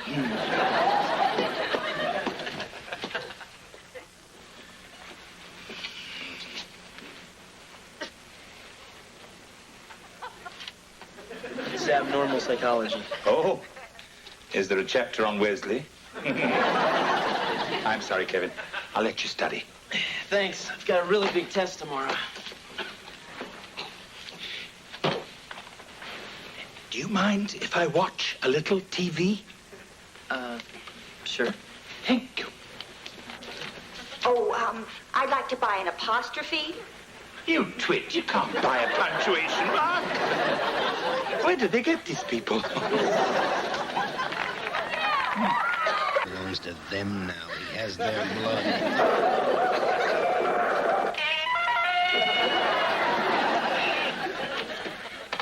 I'm sorry. I'll just sit here, quiet as a mouse.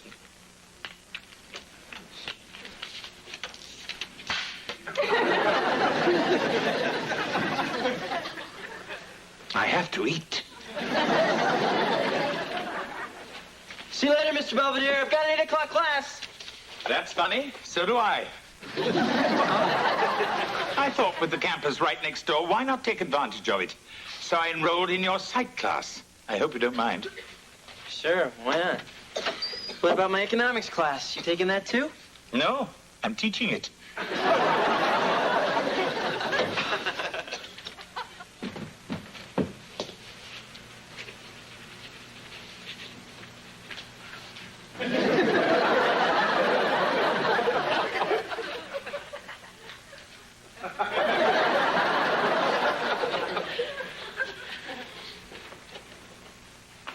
Honey, what are you doing?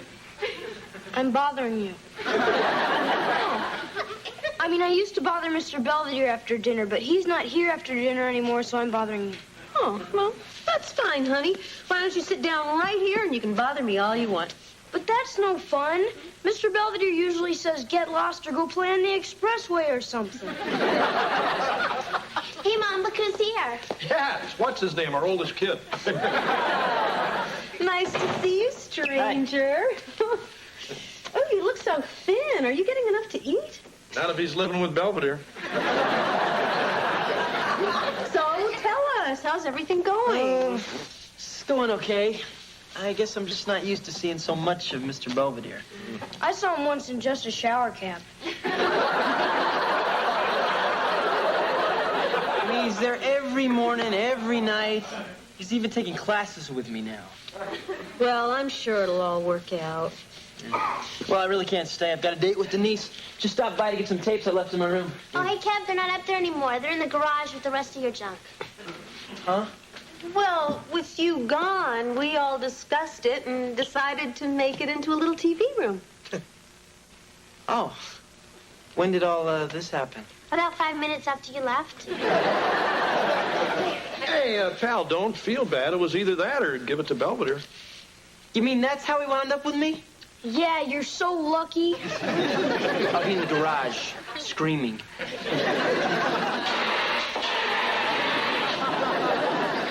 Sorry about dinner. That's okay.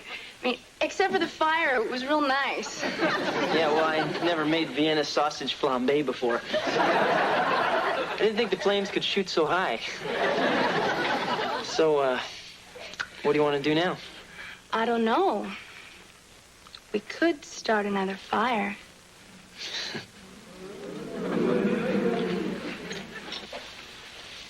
Kevin, is this your tie? I found it hanging on the doorknob. Belvedere. Oh, I'm sorry. Did I interrupt something? Look, When there's a tie on the doorknob, it means there's a girl in here and you're not supposed to come in. Oh, at Cambridge, our signal was a pig's head on a pole. Oh, look, I'm in the way. I'll just go sit outside on the curb until you're done. No, that's okay. Kevin was just taking me home anyway. I was? Come on, I'll walk you to your dorm. What shall I do with this?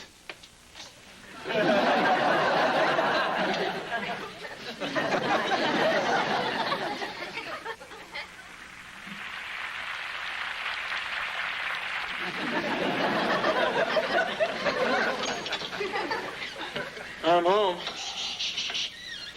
This is the final Jeopardy question, and the category is hostess products. You probably bet everything. Did someone have a bad day? What happened? I thought you were going to clean this place up. I was going to make the bed. Then I realized I was in it. What's the matter? It's just, I bust my butt all day at school. I spent 5 hours on my feet slinging greasy chicken to come home to what? I mean, the place is a mess, and there's not even dinner on the table. Suppose you realize that I happen to work, too. Look, I'm too tired to fight, all right? Oh, sure, you come waltzing in here and start criticizing, and when I try to say something, all of a sudden you're too tired. Look, don't start with me. Oh, I'm the one who started? Hey, Fred and Wilma, you want to knock it off in there? What's happening to us, Kevin? I don't know, but I'm getting scared. It seems that our little arrangement isn't quite working. No. I guess we just get along better in small doses. But we sure did give it the old college try, huh? No, we certainly did. But perhaps some things just aren't meant to be. Right. I'll help you pack. Okay, I called. 2 pair. 3 of a kind. Full house, I win. Now you both have to take off your shirts. What? That's the way Grandma Huffnagel taught me. Hi. Hey, Kev. Moving back in?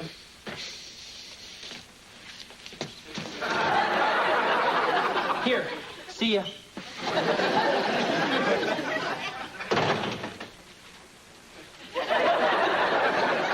He hates long goodbyes. So, what's the story, Belvedere? Yeah, you moving back in? Yes, I have decided that all of you have suffered enough, including Kevin. Well, we'll try to respect your privacy from now on. We promise. Yeah, and if I ever get the urge to bother you, I'll just go bother Heather instead. Yeah, if you really want the other room, big guy, it's yours. Thank you, but I think I'll stick to mine. Perhaps with a better lock. Well, if there's nothing else, I'll unpack my things. Well, we kept your room exactly the way you left it. Thank you. Except Dad and I found the ding-dongs in your mattress, and my pet tarantula had babies in your underwear drawer.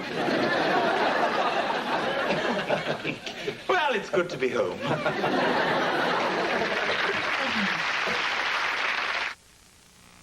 Mr. Belvedere will be right back.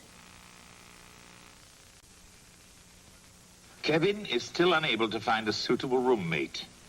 Poor lad. After living with me, everyone else pales by comparison. Regardless, he'd better find one soon, or he'll be moving back here to the Owens Asylum. Speaking of asylum, I seem to have been granted it by the family. Nobody's been up to bother me in almost 3 hours. Not even Wesley.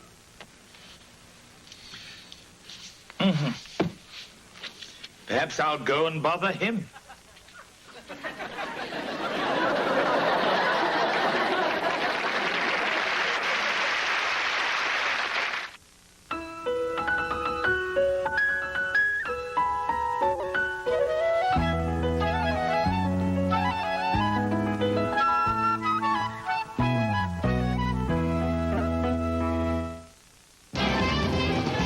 Hi, this is Dolly Parton, and I couldn't be more excited. Wesley, don't answer that.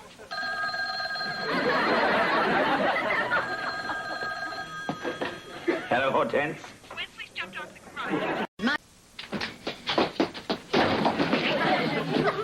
Really? Don't answer that.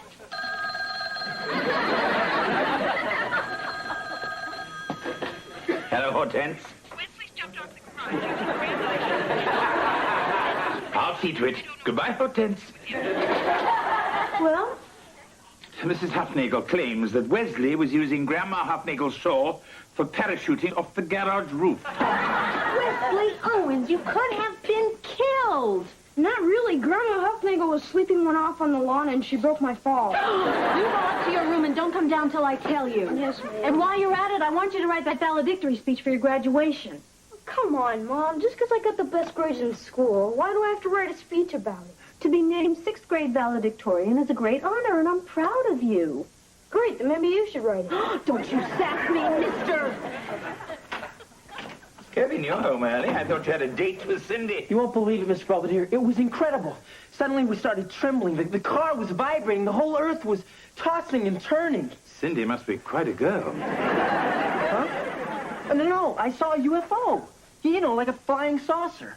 See, we were parked up on Lookout Mountain, and I looked up and I saw this big round silver thing with little rotating lights. Well, perhaps it was an airplane or a helicopter. Maybe it was a blimp. Hey, I know a blimp when I see one. But I mean, you know what I mean.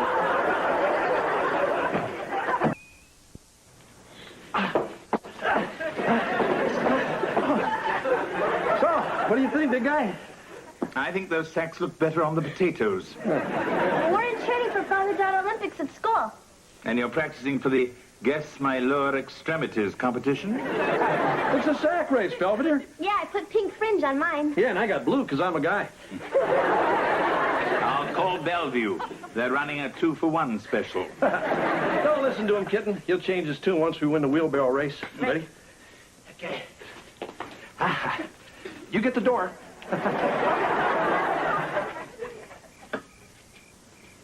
Greetings, Earthling. Mr. Belvedere, looking for that spaceship.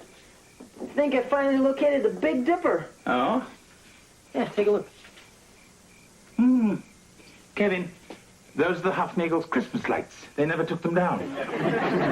Go ahead, make fun. But you'll feel different when I make contact with aliens and I'm on the cover of Time. Just keep that thing pointed away from Fifi Huffnagel's window, or else you'll be doing time. I mean, I can't believe we got talked into going to the stupid graduation dance. It's for geeks. Don't worry. I got a few tricks up my sleeve that'll keep things jumping. All right. Mrs. Owens is ready to drive you gentlemen to the party. We're all set.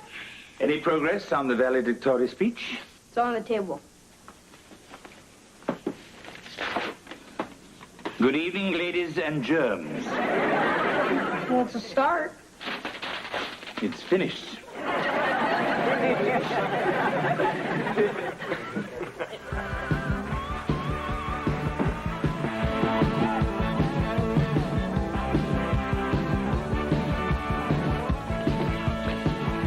Oh, man, it's even geekier than I thought. Quick, give me a choke. Calm down, Miles. There's a time and a place for everything. Hello, boys. Hello, Principal Hodges. Let me make something clear, Owens. I may have to let you come to this dance, and I may have to let you be valedictorian, but that doesn't mean I have to like you. May I say, sir, that those hair implants have taken beautifully. Don't kiss up to me, Owens. It won't help. I'm watching you. Well, let's go see what the guys are doing. Hey, guys. Hey, guys. Anybody interested in a little action? Yeah? Like what? Like a toad in a punch bowl. Ah, come on, Wes. Get real. That's kid stuff. But this room is full of girls. Don't you want to bug them? Hi, guys. Hello, Wesley. What do you want, rat face? Oh, Wesley. You've called me that since kindergarten. Don't you think it's about time you use my real name? Okay, what do you want, barf brain? Wesley T. Owens, you are gross. Yeah, get with the program. I'll dance with you, Roberta. Okay. Fine. Let's get out of here. Oh, Roberta looks kind of cute. What? Oh, nothing.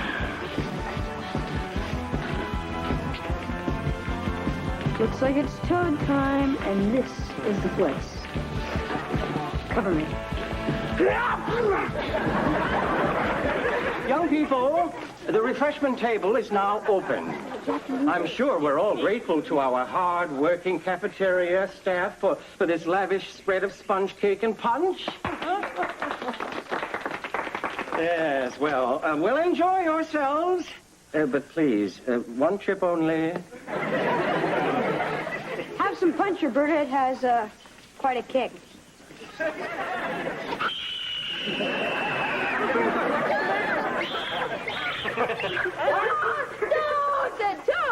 Toad! It's a joke. I'm just making everybody laugh. Mr. Owens, the kindergarten party is down the hall. Perhaps you'd be more comfortable there. No, I'll stay here. Then stop acting like such a spaz. Why don't you just take your stupid old toad and get out of here? Yeah. All right, I didn't want to come to this party anyway. Come on, let's go, Miles. I'm gonna stay here. Huh? Why? I want to dance.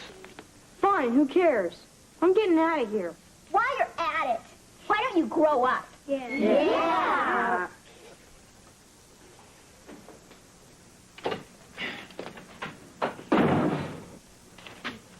All right, Wesley. What have you done? Nothing. You've been away less than an hour. Did the police raid the dance? No, I just missed you. Oh, it's worse than I thought. Was there a fatality? Yeah, my toad. What was the cause of death? Island punch. Aloha. Mr. Belvedere, do you think I'm childish? Actually, demented is the word I like to use. They threw me out, Mr. Belvedere. Maybe they're right. Maybe I am a jerk. Of course you are. But don't worry, you'll do better next time. There ain't gonna be a next time. If everyone wants me to grow up, that's what I'm gonna do. Starting tomorrow, I'm a new man. And I was just beginning to outwit the old one.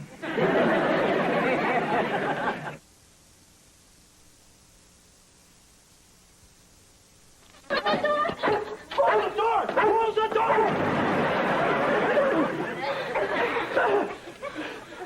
Well, that's the first time I ever saw a dog with a fin on his back. When you ripped that fence post out of the ground and started chasing you, I thought you were a goner. Well, sit down. You'll feel better with a little breakfast under your sweats. Oh, can't. We got to do one more mile before I go to school. Ready, Dad? Right behind you, kitten. Yeah.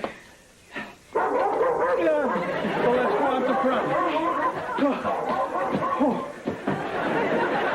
Gee, I hope George isn't overdoing this training thing. Yes, he did look dog-tired. Morning, all. Hi, honey. Gee, don't you look nice. Is there something special at school today? No, except we have a new substitute teacher, and I just want to make a good impression. Honey, are you feeling all right? Never better. Would you like some breakfast? We have Cocoa Crunches. Not really, that's for kids. I think I'll just grab a cup of coffee on the way in. Bye, all.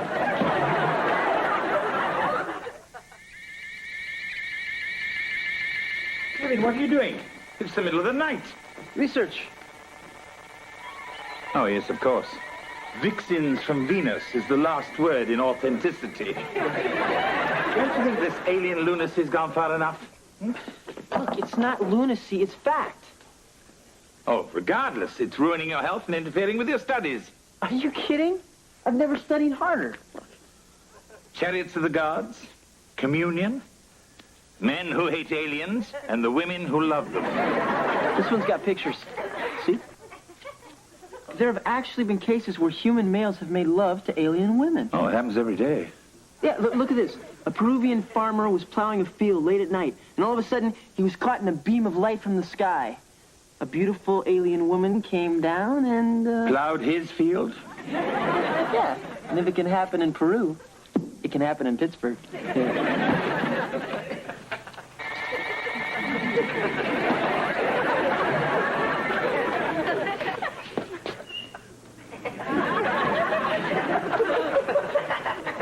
Hello, George. Hi, Belvedere.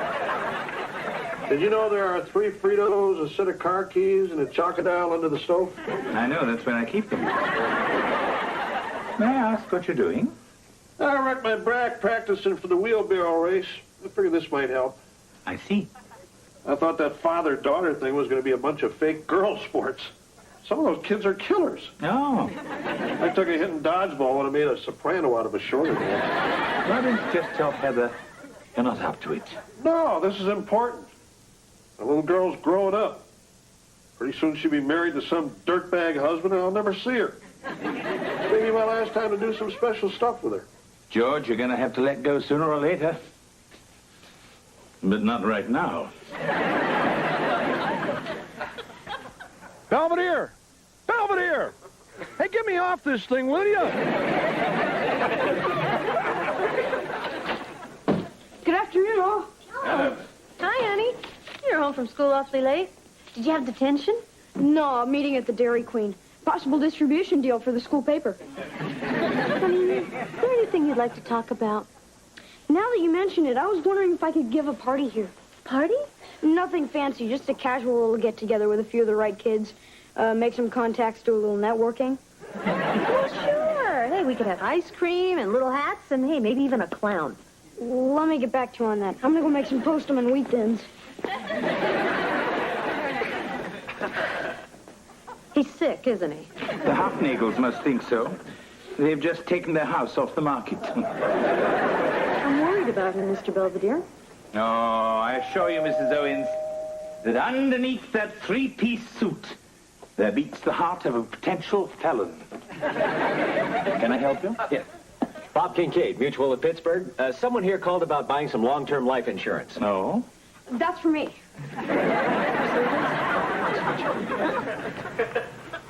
And lastly, of course, is the threat of economic retaliation. And that, in a nutshell, is why I think we can't afford any more trade embargoes. Rumaki, anyone? Hey, this is liver. Well, it wasn't my idea. And there's cottage cheese for any of you young ladies who might be watching your weight. I'll be in the kitchen. If you need anything, just whistle. You do know how to whistle, don't you? Maybe not. Hi, Wesley. Roberta, glad you can make it. Won't you come in? Thanks. But no more toad tricks, okay? I wouldn't think of it. Oh. Hey, Wes. Can't we play a game or something? Now that you mention it, we do have enough hands here for a canasta tournament. Never mind. Miles, my man, you're looking razor sharp. Hi, guys. Bob, I'd like you to meet a pal of mine. Bob Kincaid, Miles Nomnoster. Bob Kincaid, Mutual of Pittsburgh. Say, your folks have a dental plan? Hey, Belvedere, what kind of kid's party is this? A bad one. Who's the guy in a cheap polyester suit? Insurance salesman. Mutual pain in the whatever. Hi. How's the party going? It's the worst. I've seen kids have more fun waiting to get a tetanus shot. And so we learned that Sudbury, Ontario is the nickel capital of North America. Wesley Owens. This is the most boring party in the history of the world. Yeah. I'm going to the mall. Yeah, this is Dullsville. I'll drive.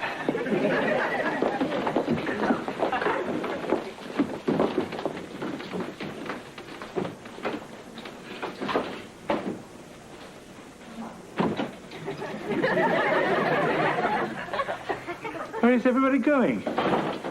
We've still got 15 pounds of Rumaki. Forget it. The party was a disaster. Even the insurance guy left. Oh, it wasn't so bad. I came away with a full medical plan. What am I supposed to do, Mr. Belvedere? When I act like a kid, everyone laughs. And when I act grown up, everyone leaves. Maybe you should stop acting. Huh? Wesley, life is a series of cycles. Your childhood was cycle 1, and now you're entering cycle 2. You make me sound like an old dog.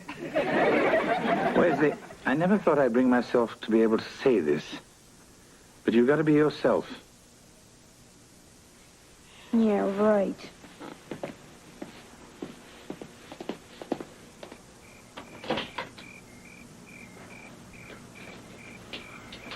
Hey, Wes. What's the matter? Was the mall closed? Wes, we came back because we kind of feel bad about what happened. Yeah, right. Leslie, when I told you to grow up, I just meant act a little more your age. We're still your friends, no matter how dopey you act. Well, you sure don't act like it. I know it sounds strange, Wes, but I think the kids are sincere. Thanks, Bob. You bet. Stop feeling sorry for yourself. We need you. Huh? Tomorrow is graduation. If we're going to do something truly wicked to Principal Hodges, we've got to have your help. Forget it, I can't. You can't? The greatest criminal mind in the history of the school? You can't? Nope. Wait a minute. Is this the legendary Wesley Owens who set fire to the custodian's back hair? The boy who glued Miss Steckler's wedgies to the floor? The criminal genius who hid a dead fish in the detention hall radiator? The Wesley Owens who's going to lead us kids in the greatest prank in the history of Chester Conklin Elementary School? Yes! Yes! I'm that Wesley Owens, and I'll do it! Yeah! Okay.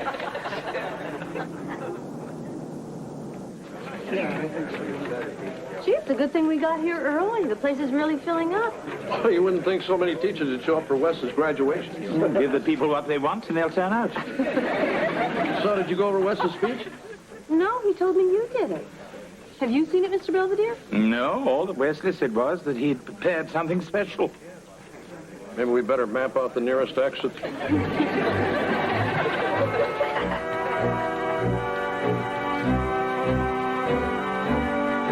And thank you, orchestra, for that unique rendition of Slaughter on 10th Avenue. And now, parents and friends, we come against my better judgment to that portion of the ceremonies in which the valedictorian will read his address.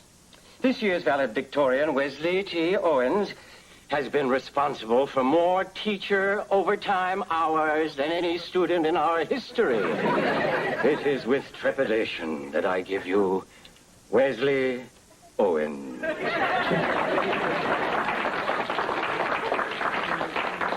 Thank you, Principal Hodges. On behalf of the graduating class, I would like to welcome you to our graduation. Being named valedictorian is a very great honor, but it would not have been possible without the fine education offered here at Chester Conklin Elementary School. An education of mind and of heart, for here we have learned not only to be ourselves, but to be the best selves we can possibly be. As we face an uncertain future, we can do so with full hearts, knowing that we come away from this place with the knowledge that will guide us through the shoals and rapids that lay ahead. Thank you all. That's it? Yes, sir. Well, in that case, I guess I can release the SWAT team. Now, if everyone will join me in singing the school song.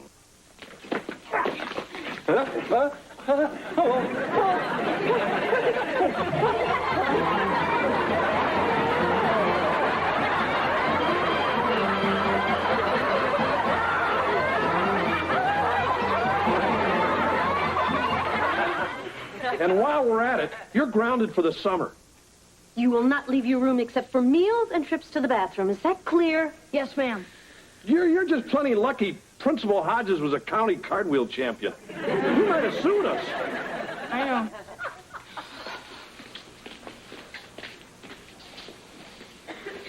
But you gotta admit, it was a great prank. I'd give it 4 stars.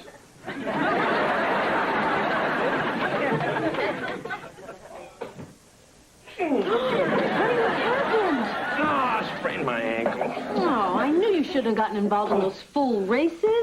Well, he didn't hurt himself in a race. Huh?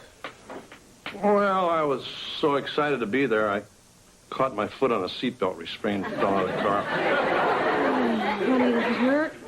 Not as much as my pride. I'm sorry, kitten. I wanted to be a hero and win you a bunch of medals. Well, that's okay, Dad. It's like you always taught me. It's not whether you win or lose, but how you get out of the car. Besides, we didn't come away empty-handed. We won the medal for the tug-of-war. Oh, how did you manage that? Hello, all.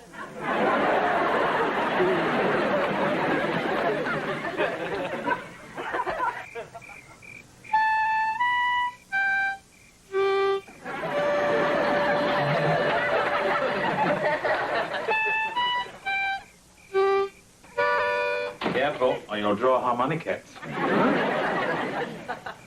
Kevin, don't you think it's time that you gave up this quest of intergalactic romance and got back to normal life?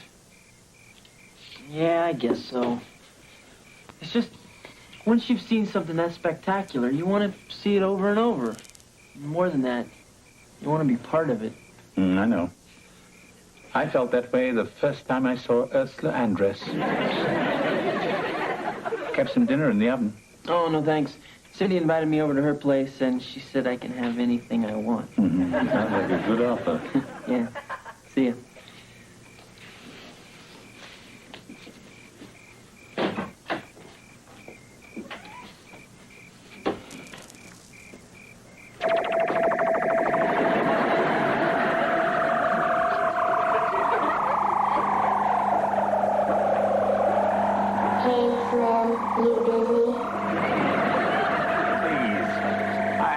Problems down here.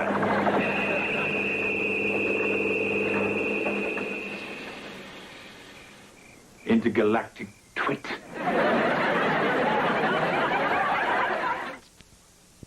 Things have finally quieted down here in the Owens household.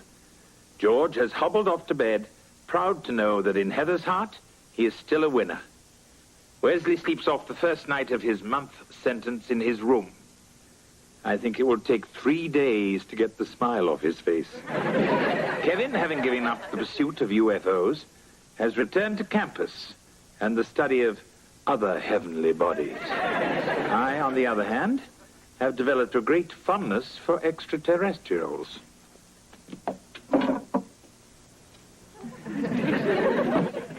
After all, anyone who calls me slim can't be all bad.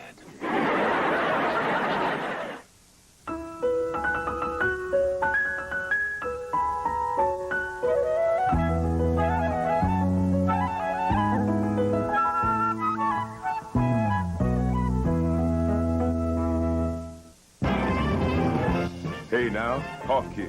Big Bisque. I've only got 10 seconds to advise you to catch Spencer for hire. Tomorrow, advising is what I do best. Watch. Sunday at 7, the world's most extraordinary couple has returned. Alan and his mermaid wife, Madison, in the all-new Splash 2.